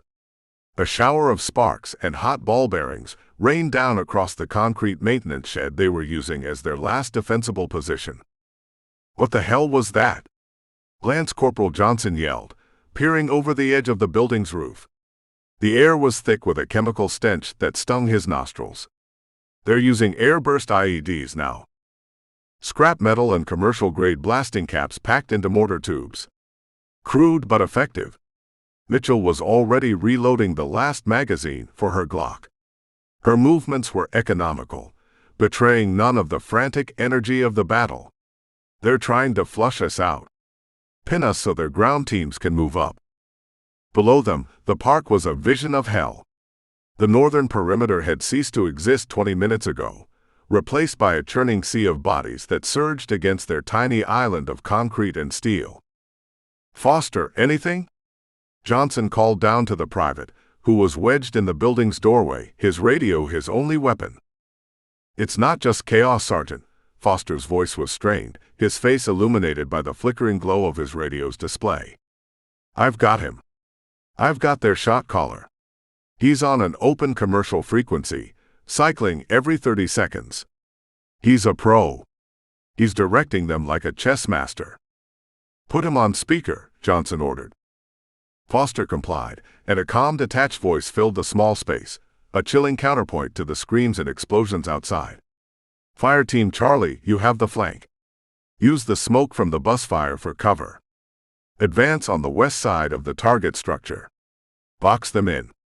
We want them alive, if possible. They're more valuable that way." "Valuable?" Mitchell spat, her eyes narrowing. "What the hell does that mean?" "Means this isn't about taking a park anymore," Johnson said grimly. The pieces were slotting together in his mind, forming a picture he didn't like. The overwhelming force, the professional coordination, Brennan's unauthorized departure. This whole attack is a screen. "Foster, can you get a direction on that signal?" "Triangulating, he's close." "And elevated." "One of the office buildings, overlooking Wilshire. He's got a bird's-eye view of this whole mess." A new sound joined the cacophony, the grinding roar of a heavy diesel engine. A stolen city sanitation truck, its front plow reinforced with welded steel plates, lurched into view, acting as a mobile battering ram. It wasn't aimed at their building, however. It was clearing a path through the debris field, creating a clean lane of advance. And behind it, the nature of the assault changed. "Oh God," Mitchell whispered, her voice losing its hard edge for the first time. The attackers were using human shields. Not a random mass of people shoved forward, but specific, chosen individuals. Families. A mother clutching a screaming toddler. A terrified-looking man in a business suit, an elderly couple. They were being prodded forward by a dozen armed men who used their bodies as perfect, mobile cover. The calm voice on the radio returned, devoid of emotion. "Advance team, begin final push. They will not fire on civilian targets. The asset profile confirms it. Use the non-combatants to close the final 50 meters." "He knows our row," Johnson said, the realization hitting him like a physical blow. "He knows we can't shoot." The group of hostages and their captors was less than a football field away, moving steadily closer. Johnson could see the tears on the mother's face, the vacant terror in the old man's eyes. His finger rested on the trigger of his M9, his sights tracking the helmet of an armed hostile, peering around the woman with the child. It was an impossible shot. It was an impossible choice. "We can't hold this," he said, his voice flat. He looked at Mitchell, whose face was a mask of cold fury. "There's no play here." "We fall back," she agreed, her voice tight with suppressed rage. "The lake. It's our only chance. Maybe we can swim for the far side, break containment in the confusion." "Go." "I'll cover you," Johnson yelled. He stood, breaking cover, and fired 3 rounds from his pistol high over the heads of the advancing group. It was a bluff, a desperate attempt to create a momentary hesitation. The armed men barely flinched, but a few of the hostages screamed and dropped to the ground. It was the only opening they were going to get. Mitchell grabbed Foster, pulling him out of the doorway and shoving him toward the back of the building. "Move, Private. Now." They scrambled down a short embankment, slipping on wet grass and mud, the sounds of triumphant shouts rising behind them as the enemy swarmed the building they had just abandoned. They were in the open now, with 200 feet of exposed parkland between them and the dark water of MacArthur Park's lake. They had made it halfway when the world erupted in light. High-intensity spotlights mounted on the sanitation truck swiveled and pinned them, turning the muddy grass into a stage. "They were waiting for us," Mitchell yelled, diving behind a stone bench. "It was a trap to get us into the open." Figures rose from the ground all around them, attackers who had been lying in wait. They were surrounded. The calm voice on the radio spoke one last time, the sound now coming from bullhorns all around them, amplifying it into the voice of God. "Sergeant Sarah Mitchell, LAPD. Lance Corporal Johnson, Private Foster, United States Marine Corps. Drop your weapons. Your struggle is over." Johnson looked at his pistol. 5 rounds left. He looked at Mitchell, who was staring back at him, her face grim. There was no escape. They were assets to be captured. Then to his left, he saw it. A dark, circular opening in the concrete retaining wall of the lake, almost completely hidden by overgrown ivy. A storm drain overflow pipe. It was small, maybe 4 feet in diameter, and it smelled of stagnant water and decay. It was their only chance. He didn't hesitate. He didn't weigh the odds. He acted. He grabbed the front of Foster's body armor and propelled him toward the opening. "Foster, in. Go." He turned to Mitchell, who was already moving, her cop instincts recognizing the tactical imperative. As she dove headfirst into the pipe's dark maw, Johnson turned back to face the closing ring of enemies. He raised his pistol, the spotlights blinding him, the shouts of the approaching force filling his ears. He wouldn't let them be taken. He would buy them seconds. It was all he had left to give. He leveled his M9 at the closest armed figure and squeezed the trigger. Chapter 10. The silence was a liar. Sergeant Kyle Brennan lay flat on the gravel-strewn roof of a derelict textile factory, the grit pressing into his forearms, and listened to it. Across the alley, the target warehouse hummed with a low, predatory energy that the night couldn't conceal. It was the sound of idling diesel engines, the distant clang of steel on steel, the murmur of disciplined voices, a factory of violence operating under the cover of a city's death rattle. Movement. Loading bay, Private Webb whispered beside him. His voice was a dry rasp over the bone conduction microphone pressed against his skull. 2 men, military-style rifles, sweeping the entrance. They're not gangbangers, Sergeant. They're pros. Brennan didn't need the confirmation. He'd been watching the sentries for 20 minutes. The way they moved, the way they communicated with crisp, economic hand signals, it was all professional. He adjusted the focus on his binoculars, peering through a grimy skylight on the warehouse roof. Below, the scene was one of controlled chaos. At least 20 men moved with purpose, loading heavy wooden crates onto 3 flatbed trucks. It was exactly as they'd seen before, but now from this new vantage, the scale of it felt immense. I need a way in, Webb, Brennan murmured, his gaze sweeping the building's exterior. I'm not starting this fight from the outside. Working on it. Webb had already slithered to the edge of the roof, his eyes tracing pipes and ventilation shafts. Got something. West wall. Industrial air conditioning unit. The service ladder is still in place, and the intake vent looks big enough for 1 man at a time. It'll drop us onto the mezzanine level, right above the main floor. Rodriguez?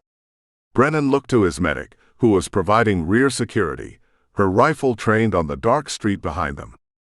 I'm good for a climb, Sergeant, she confirmed, her voice steady. Good. Let's go. Fast and quiet. They moved like ghosts, rappelling down the back of their building and crossing the alley in a 3-second dash that felt like an eternity. The rusted service ladder groaned under their weight, each sound a potential death sentence. At the top, Webb produced a multi-tool and with a surgeon's care worked the bolts on the vent cover. It came free with a soft metallic sigh. The air that wafted out was hot and smelled of ozone and cordite. Webb slipped through first, a shadow disappearing into a deeper darkness. Brennan followed, then Rodriguez. They were in. The noise from the main floor was louder now, a symphony of organized crime. They crawled through the ventilation shaft for 30 feet before reaching an interior grate.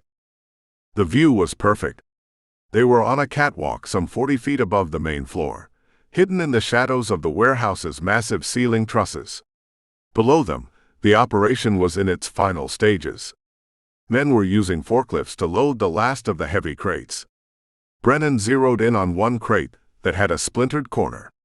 Through the crack, he could see the dull, parkerized steel of a rifle barrel. Dozens of them, packed in grease. RPGs, Webb breathed, pointing toward another pallet. The distinct shape of the rocket-propelled grenades was unmistakable. They're not just moving rifles. They're moving a whole damn arsenal. Enough to start a war. They already have, Brennan replied. A new vehicle entered the warehouse, its engine a low, expensive purr that was distinctly different from the gang's battered trucks. A black armored Escalade rolled to a stop in the center of the floor. The driver's door opened, and a man in a tailored suit stepped out. He was calm, unhurried, a shark in a sea of piranhas. It was Carlos Vega. Razor met him halfway, his swagger a stark contrast to Vega's cold professionalism. Right on schedule, Jefe, Razor said, gesturing to the nearly loaded trucks. The park is ours, the cops are chasing ghosts, and the Marines are pinned.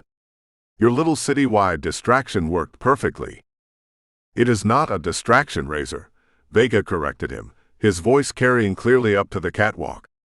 It is a business opportunity. The chaos you create today provides the cover for my expansion tomorrow. Now, is the shipment secure? My best men are on it. The routes are clear. Your buyers in the north will have their new army by sunrise. Buyers in the north. The phrase hung in the air. This wasn't just for Los Angeles. This was stage one of something bigger. And the complications? Vega asked, his eyes scanning the warehouse. Razor laughed, a harsh, ugly sound. Taken care of. We have the lady cop and a bonus prize, a reporter who got too close. They're in the foreman's office. Quiet and contained. He pointed a thumb toward a glass-walled office suspended over a corner of the warehouse floor. Brennan followed his gesture. Through the glass he could see them. Officer Valdez and the journalist, Elena Vasquez. They were sitting on the floor, their hands bound. A single guard stood outside their door. A clear objective. "My people will handle the package from here," Vega said, dismissing Razor. "Your part is done. Keep the city burning until dawn." Vega's men, 4 of them, emerged from the Escalade. They moved with the same fluid lethality as the sentries outside, taking up positions around the trucks. The local gang members deferred to them instantly. "New head count," Brennan whispered.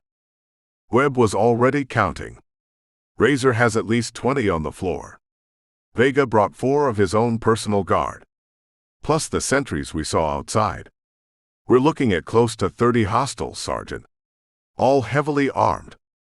3 Marines against 30 cartel soldiers and trained mercenaries." The math was impossible. The mission was suicide.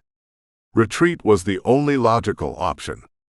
Call in the location, pull back, and let a larger force handle it. But Brennan knew there was no larger force coming. Comms were down. The city was deaf, dumb, and blind. Johnson and his men were likely dead or captured. The arsenal in those trucks would disappear into the night, arming domestic terrorists, insurgents, or worse. Valdez and Vasquez would be executed as loose ends. "Sergeant," Rodriguez said softly, her voice tight. "What are we going to do? We can't take them all." "No," Brennan agreed, his mind racing, processing the impossible tactical problem. "We can't. So we don't fight their fight. We start our own." He looked at his team, their faces grim in the semi-darkness. He saw exhaustion, but he also saw resolve. "Rodriguez," he said, his voice a low command that cut through the tension. "That office where they're holding the hostages. See the external power conduit running along the wall next to it?" "Affirmative." "I want you to plant a breach charge there. Not to blow the wall, but to blow the power. Plunge this whole damn place into darkness. It's our only advantage." He turned to Webb. "The moment the lights go out, you and I are going for the hostages. We use the confusion. We move fast, we grab the women, and we get out through the same vent we used to get in. We will be the chaos." Webb nodded, his eyes fixed on the office below. "It's a one-way ticket, Sergeant. Once we start this, there's no going back." "We're already past that point, son," Brennan said. He chambered a round in his rifle, the sound shockingly loud in the relative quiet of their perch. He looked down at Carlos Vega, directing the final loading of his instruments of death. "We're not getting out of here clean. But neither are they." Chapter 11. Inside the glass-walled office, Elena Vasquez had come to a cold, hard conclusion. They were cargo. Loose ends. Once the trucks left, their lives were worthless. She looked at the other hostage, Officer Valdez, whose face was a bruised mask of stoic resolve. They would not be rescued. The guard outside their door was young, cocky, his attention focused more on the loading of the last truck than on his 2 female prisoners. An opportunity. It was a sliver, a razor's edge, but it was all they had. "My editor knows my location," Elena said, her voice loud enough for the guard to hear.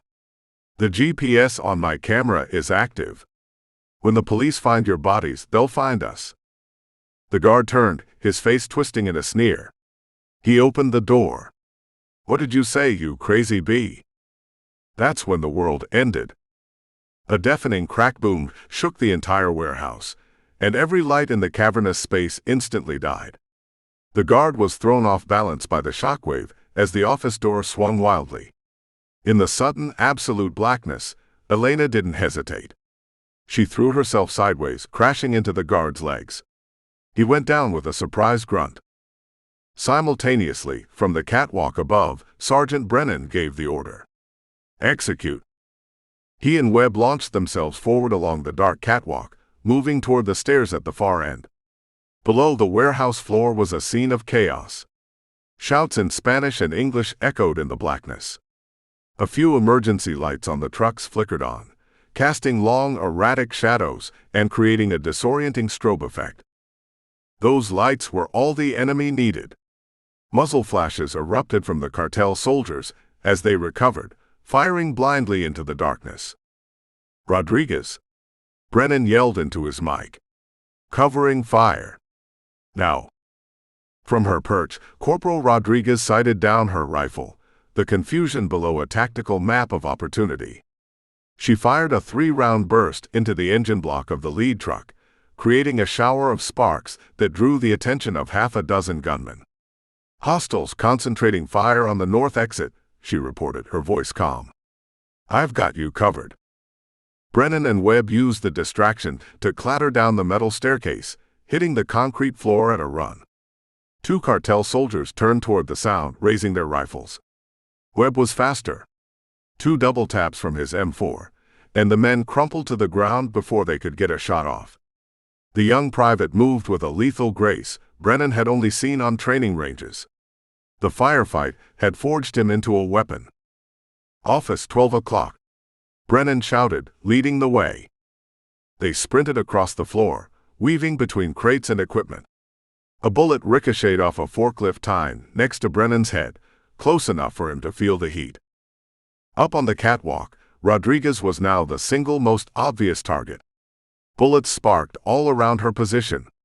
She ducked behind a steel support beam as a burst of automatic fire chewed through the spot where her head had been. She popped back out, acquiring a new target, a gunman setting up a heavy machine gun near the Escalade. She fired, and the man went down. "Brennan, they're organizing," she yelled. "Vega is directing them. They're falling back to the trucks, using them as hard cover." As she spoke, a searing white-hot pain exploded in her left shoulder. The force of the impact spun her around, and she slammed hard against the catwalk's railing. Her rifle clattered from her numb fingers. "Gah! I'm hit," she gasped into the radio, her vision swimming. "I'm hit." Below, the firefight had reached a new level of ferocity. One of Razor's men, panicking, fired an RPG toward the catwalk. The rocket went wide, missing Rodriguez completely, and slammed into the side of the second truck, the one laden with ammunition crates. The explosion was catastrophic. The truck detonated like a bomb, sending a massive fireball rolling toward the warehouse ceiling. Wooden crates were blasted apart, their deadly contents scattered across the floor amidst a sea of flames. The fire began to spread instantly, feeding on spilled diesel fuel from the ruptured tanks. "The whole place is gonna go," Webb yelled as they reached the foreman's office. Brennan kicked open the door. Inside, he found a scene of utter chaos. The guard was on the floor, groaning, with Elena Vasquez on top of him, trying to wrestle his pistol away. Officer Valdez was on her feet, using a shard of glass from the shattered door to saw at her zip ties. "Marines," Brennan announced. "We're getting you out of here." He grabbed the guard and threw him out of the office, while Webb pulled Vasquez to her feet and handed her a combat knife. "Cut her bindings," he ordered, gesturing to Valdez. Outside, the warehouse was turning into an inferno. The spreading fire was igniting everything it touched. The heat was immense, and thick black smoke was beginning to choke the air. Through the flames, Brennan could see Vega and Razor, their faces illuminated by the disaster, shouting orders, trying to salvage the third truck and escape the kill zone. "Rodriguez status?" Brennan yelled into his mic, pulling Valdez and Vasquez toward the door. "Talk to me." The only reply was static, punctuated by the roar of the fire. "Rodriguez." The fire was spreading toward the last truck, the one with the rest of the weapons. If it went, it would take the entire building with it. They were out of time. Brennan looked at his small group huddled in the doorway of the office, Webb, a newly blooded warrior, 2 stunned but resolute hostages, and himself. His medic was wounded or worse, pinned down on a burning catwalk, and the path to their escape vent was now a wall of fire. Chapter 12. Repeat ALPHA 7. This is actual command. Fall back to designated rally point. How copy? The voice, tinny and distorted, crackled to life in Sergeant Brennan's earpiece, a ghost from a world that no longer seemed to exist. It was a relay, patched through a dozen struggling networks, a miracle of communication in a city gone silent. But it was an order. A direct, lawful order. Brennan stared into the roaring heart of the inferno that was once a warehouse. The heat was a physical blow, and the air was a toxic soup of smoke and chemicals. Somewhere on a catwalk in that blaze was his wounded medic. Below, Carlos Vega was screaming at his driver, trying to get the last armored truck clear of the flames and out into the night. "Negative, Command," Brennan said, his voice a low growl of defiance. "We are still in contact. We have 2 civilian assets and 1 Marine wounded in action. We are not withdrawing." He felt Webb stare, even in the chaotic fire-lit darkness. "Sergeant," the private asked, his voice tight with shock. "That was a direct order from command." "They're not here, Webb," Brennan snapped, grabbing Officer Valdez by the arm and pulling her behind the relative cover of a massive industrial press. "They're sitting in an air-conditioned room, looking at a map that doesn't show the fire, the hostages, or Rodriguez bleeding out on a piece of hot steel. Their order is a fantasy. Our reality is this. Sir, my duty is to follow lawful orders." "And what about your duty to the Marine on your left? To the medic who patched you up last week?" Brennan's voice was hard, cutting through Webb's training and going straight for his loyalty. "Whose order gets Rodriguez out of that fire alive, Private? Theirs or mine?" Webb stared at him, his young face a battlefield of conflicting duties. The choice was stark, a line drawn in the ashes at his feet.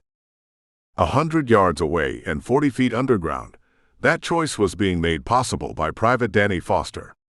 He was huddled in the suffocating darkness of a storm drain, the rancid water up to his knees. The signal was impossibly weak, a single bar flickering on his handset. "I got through," Foster breathed, his voice echoing in the concrete pipe. "They're routing all comms through the emergency broadcast system. I got a message out."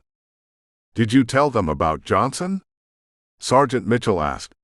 She was leaning against the curved, slimy wall, her pistol held ready, her eyes straining to pierce the absolute blackness of the tunnel ahead.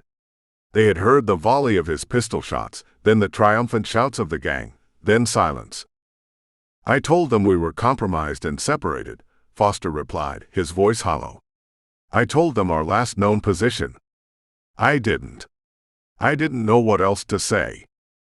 "You did good, Private," Mitchell said, her own training kicking in. She was a cop again, a leader. "Now, can you get us a map? I don't want to be down here when the fire department starts pumping millions of gallons of water into this park." As Foster worked his radio, Vega's last truck roared to life inside the warehouse. The engine screamed in protest as the driver slammed it into gear, tires spinning on the debris-strewn concrete floor. It lurched forward, crashing through a wall of flame and heading for the main loading bay door, a mechanical beast fleeing its own funeral pyre. "He's getting away," Elena Vasquez yelled, her journalistic instincts overriding her fear. "He's getting away with the weapons." She was right. In 30 seconds, Vega and his arsenal would be gone, disappearing into the city-wide chaos they had orchestrated. All this, the fire, the fight, Rodriguez's blood, would be for nothing. The radio in Brennan's ear crackled again. It was Foster's voice this time, patched through the command net. "Sergeant Brennan, this is Foster. Command orders you to stand down. They say you are compromising a wider city-wide operation. They are ordering you to let the target vehicle go. Let it go." The words were so absurd, so completely detached from the reality of the violence around him, that Brennan almost laughed. Let the architect of this massacre escape. Let the weapons that killed his Marines and tore this city apart just drive away. He made his decision. "Webb," he commanded, his voice leaving no room for argument. "Your orders are as follows. You will escort Officer Valdez and Ms. Vasquez out of this building. The vent is blocked by fire. Find another way out. The loading docks on the south wall should be clear. Get them to safety. Do you understand me? Webb looked from Brennan to the burning catwalk, then to the escaping truck. He nodded, his choice made. And you, Sergeant? I'm not leaving my Marine, Brennan said. He turned to the two women. Stay with him. He'll get you out. Without another word, Brennan turned and ran back into the inferno. He vaulted over a burning pile of pallets, his rifle held tight, his eyes fixed on the catwalk where he'd last seen Rodriguez. The heat was a physical monster, trying to cook him alive in his own body armor. Smoke clawed at his lungs, and the roar of the fire was a constant, deafening presence. Webb watched him go, a lone figure charging into a wall of flame. Then he turned to the two women, his face set with a grim resolve that made him look 10 years older. You heard him, he said, pulling them toward the relative darkness of the warehouse's southern end. Let's move. As Vega's truck smashed through the main doors and disappeared into the night, Brennan climbed. He pulled himself up onto a stack of melting crates, the fire licking at his boots. He could see the catwalk now, a twisted spine of blackened steel. He saw a shape, a huddled form lying near the railing. Rodriguez, he screamed, his voice raw. Hang on. I'm coming. He jumped the gap, landing hard on the groaning metal platform. It swayed violently under his weight, threatening to collapse into the sea of fire below. He ignored it, scrambling toward his fallen medic as the flames reached for him from all sides. He had defied his command, abandoned his objective, and sent his last remaining subordinate on a desperate mission. All that mattered now was the life of the soldier in front of him. Chapter 13. The catwalk screamed. It was a high, piercing shriek of tortured metal, as the support bolts on one end tore free from the wall. Sergeant Brennan threw his body over Corporal Rodriguez, making himself a shield as the entire structure gave way. They didn't fall, but pitched violently downwards, sliding in a cascade of sparks and debris before slamming to a halt 20 feet below, on the roof of a shipping container. The impact was a bone-jarring explosion of pain that stole the air from Brennan's lungs. A white-hot agony flared in his left leg, and he knew instantly that it was broken. Rodriguez, he coughed, rolling off her. The smoke was a living thing, a suffocating blanket. Talk to me, Lisa. She groaned, her eyes fluttering open. The gushing wound in her shoulder was dark and ugly, but she was conscious. My arm, she mumbled. Can't feel my arm. That's fine, Brennan lied, his voice a strained rasp. You don't need it right now. Above them, the main roof of the warehouse was beginning to buckle, showering them with flaming debris. The entire building was in its death throes. They were in a temporary safe spot, but the clock on their survival was down to seconds.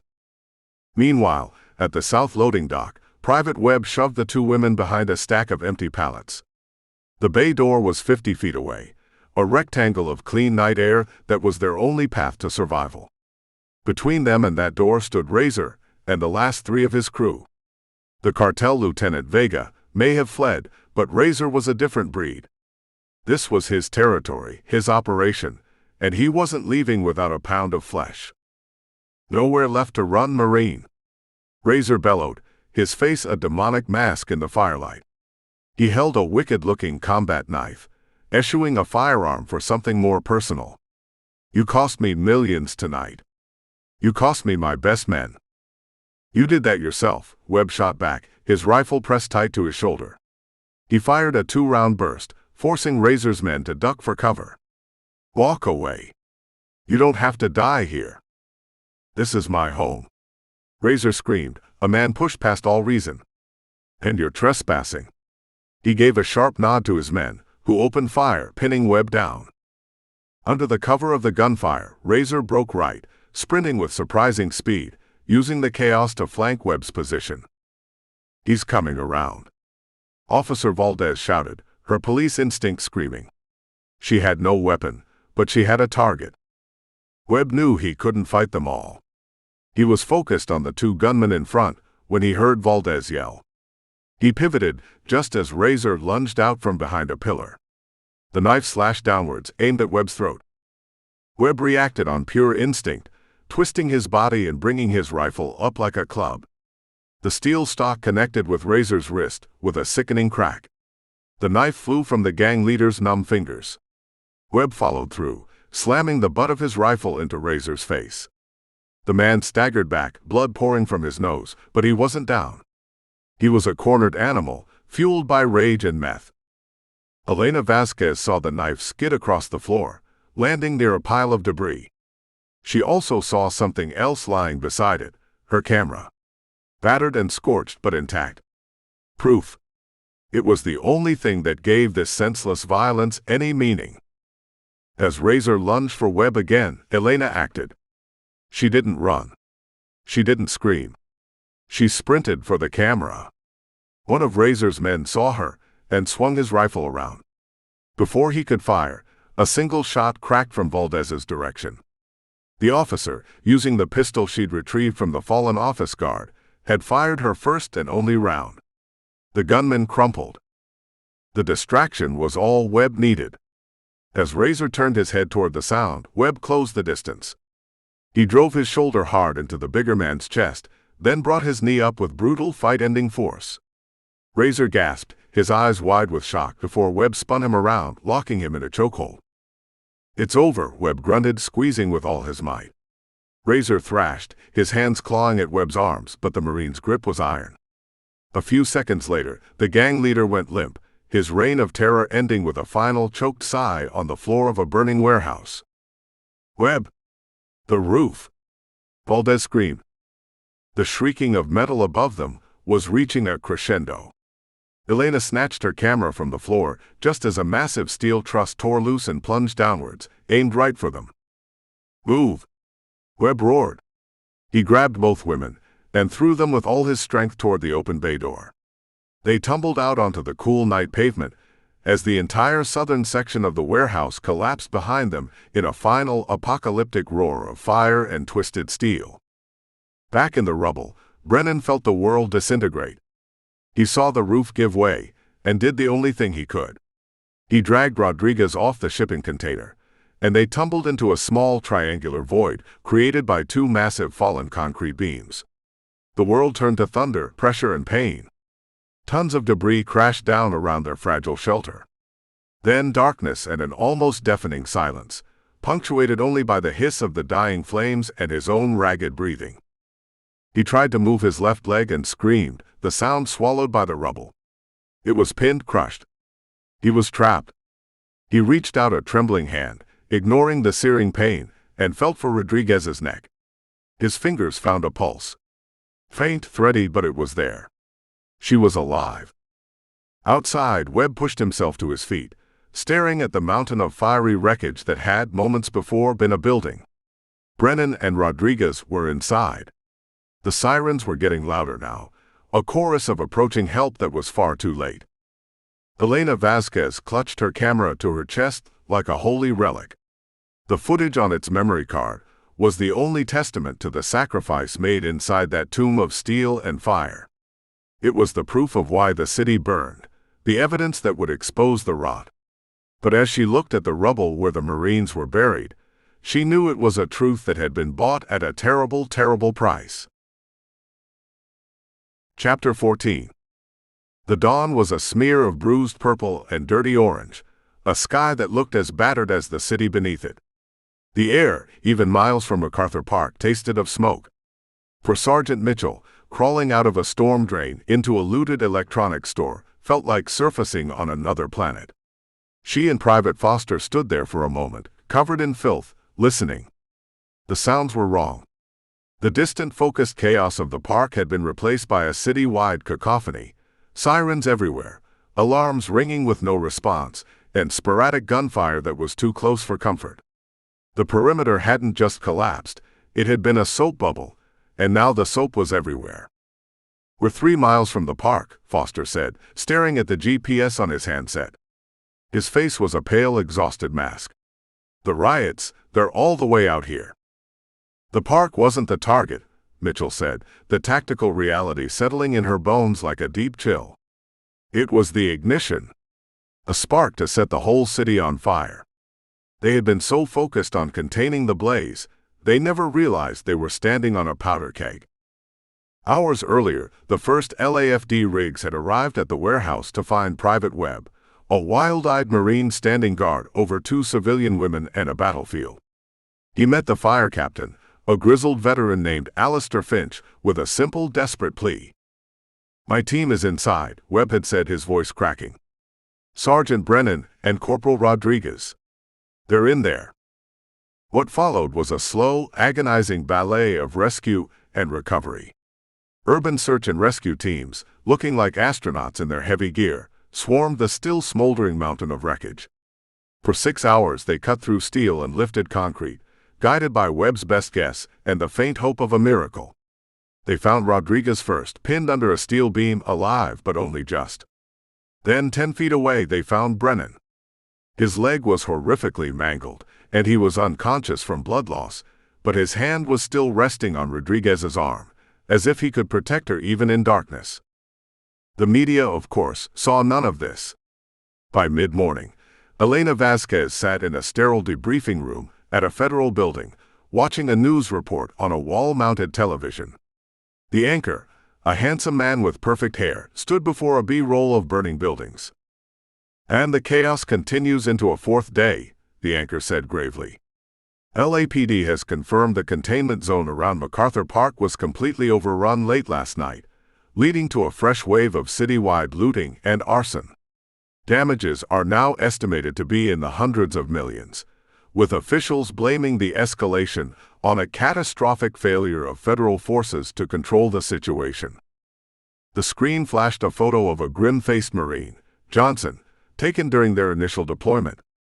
Authorities have also reported casualties among the Marine contingent sent to quell the unrest, a tragic outcome for a deployment now being called a disastrous miscalculation by city officials. "They don't get it," Elena whispered, clutching the precious camera in her lap. The footage it held, proof of Vega, the weapons, the entire conspiracy, had been handed over to a stone-faced FBI agent an hour ago. "They don't see the real story." "They never do," said Officer Valdez, sitting beside her.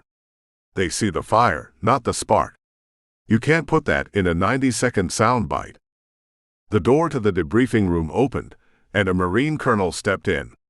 He was a man who looked like he'd been carved from granite, his uniform so crisp it could cut paper. He wasn't looking at them. His eyes were on Webb, who stood ramrod straight by the window. "Private Webb," the colonel said, his voice devoid of any warmth. "A helicopter is waiting to transport you to the USS Ronald Reagan. You are to be debriefed by JAG Command." "Sir," Webb began, "Sergeant Brennan." "Sergeant Brennan is currently in military custody," the colonel cut him off. The scene jumped. 2 days later, Brennan was awake. He was in a private room in the Naval Hospital, his leg encased in a complex web of steel and plaster. The colonel from the debriefing room stood at the foot of his bed. "Sergeant Kyle Brennan," the officer began, reading from a tablet in a flat monotone. "You are hereby charged with the following violations of the Uniform Code of Military Justice. Article 90, willfully disobeying a superior commissioned officer. Article 192, failure to obey a lawful order. Article 134, dereliction of duty, thereby abandoning your post and endangering your command. How do you plead?" Brennan looked past the colonel, out the reinforced window. He could see the city, still veiled in a thin haze of smoke. He remembered the feel of the collapsing catwalk, the weight of his duty to Rodriguez, the impossible choice. He had won. He had saved his people. And in doing so, he had lost everything. "We had a wounded Marine colonel," Brennan said, his voice hoarse. "We had civilians to protect. The orders you gave were based on incomplete intelligence. They would have gotten my people killed. Your job is not to interpret orders, Sergeant. It is to follow them," the colonel stated. "The court-martial will hear your testimony. But the facts are not in dispute. You received a direct command from a superior officer, and you refused it. Sergeant Mitchell of the LAPD has already given her statement on your behalf," the colonel continued, a flicker of something almost human in his eyes. "She credits you with saving her life and the lives of 2 civilians." It will be entered into the record. The footage from the journalist's camera has also corroborated your version of events regarding the nature of the hostiles. So you know it wasn't just a riot. We know it was a highly organized criminal enterprise exploiting civil unrest for their own purposes, the colonel conceded. But that does not change the facts of your actions. Military justice is a separate beast, Sergeant. It has to be. The entire system depends on the integrity of the chain of command.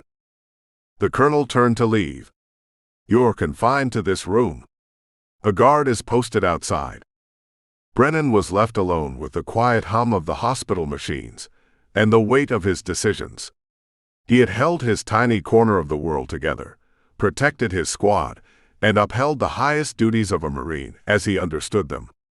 He had done the right thing. And for that, the institution to which he had dedicated his life was going to break him. Chapter 15. The courtroom was cold, sterile, and silent. It was a place for rules, not realities. Sergeant Kyle Brennan stood at attention, his weight resting on his good leg, and listened as the presiding colonel delivered the verdict. The word guilty was a foregone conclusion. Guilty of disobeying a lawful order. Guilty of dereliction of duty. On paper, it was an open and shut case. However, the colonel continued, his eyes lifting from the tablet to meet Brennan's. This panel cannot and will not ignore the extraordinary circumstances under which these events transpired. Testimony from Officer Sarah Mitchell of the Los Angeles Police Department, along with corroborated video evidence provided by Ms. Elena Vasquez, paints a picture of a battlefield, not a riot. Your decisions, while in direct violation of the UCMJ, resulted in the saving of at least 3 lives, including one of your own Marines. The colonel paused, the silence stretching. The letter of the law and the spirit of the law are, in this case, in direct conflict. Therefore, this panel has elected to exercise judicial discretion. Sergeant Brennan, you are hereby reduced 1 rank to Staff Sergeant. All other charges are dismissed. You will be reassigned to your unit upon your medical recovery. This hearing is adjourned. It wasn't a victory. It was a compromise. A scar. Brennan accepted it with a slow, deliberate nod. 1 month later, the California sun felt different. Weaker. Private First Class Marcus Webb stood on a parade ground, his dress blues immaculate. The same colonel who had judged Brennan now pinned a Navy and Marine Corps Commendation Medal with a Combat V to his chest.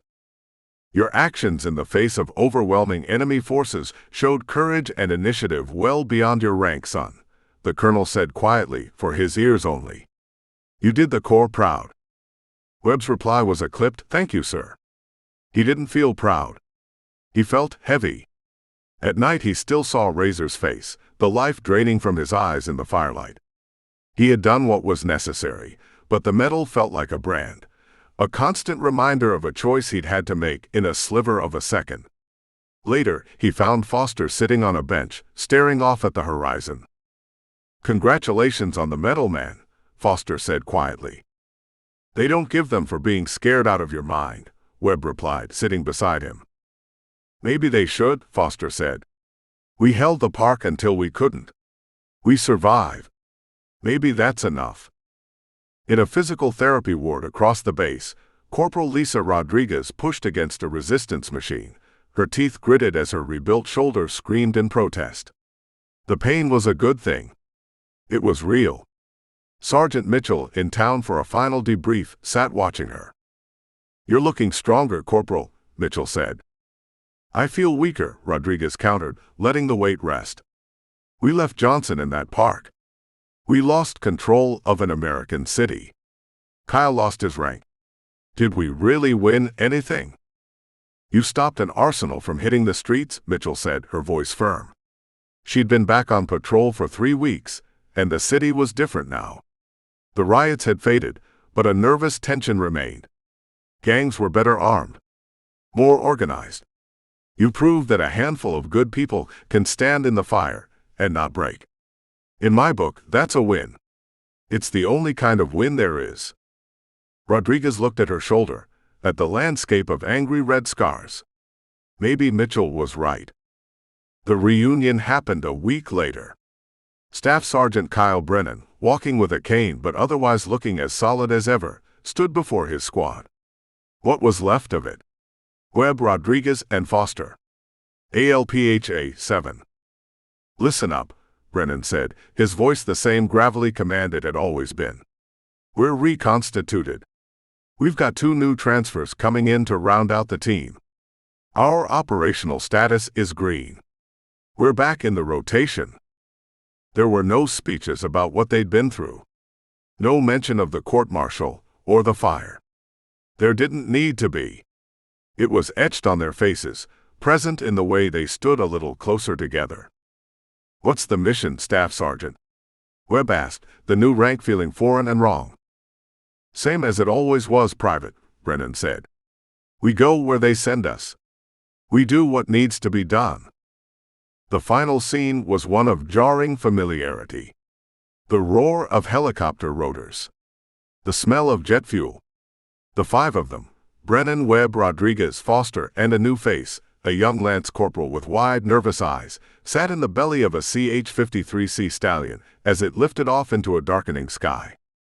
Where we headed this time, Gunny? I mean, Staff Sergeant? Foster asked over the intercom. Brennan looked at his team, at the collection of scars, medals, and ghosts they all carried. He looked at the new kid, who was pressing his face to the window, just like Webb had done on the flight into Los Angeles. Intel briefing says a domestic terror cell has taken over a federal dam in Oregon, Brennan replied, his voice calm over the rotor wash. They're threatening to blow it. Hostages, the usual. He settled back in his seat, the cane resting against his leg. Below them, the lights of California glittered, a fragile tapestry of order in a world that seemed determined to tear itself apart. The battle for Los Angeles was over. One battle won, in a war that had no name and no foreseeable end. Brennan looked at his squad, his family, and felt the familiar weight of command settle over him. It was heavier now, but it was a weight he was built to carry. Check your gear, he ordered, his voice cutting through the noise. It's going to be a long night. Don't miss the declassified files for more action-packed thrills.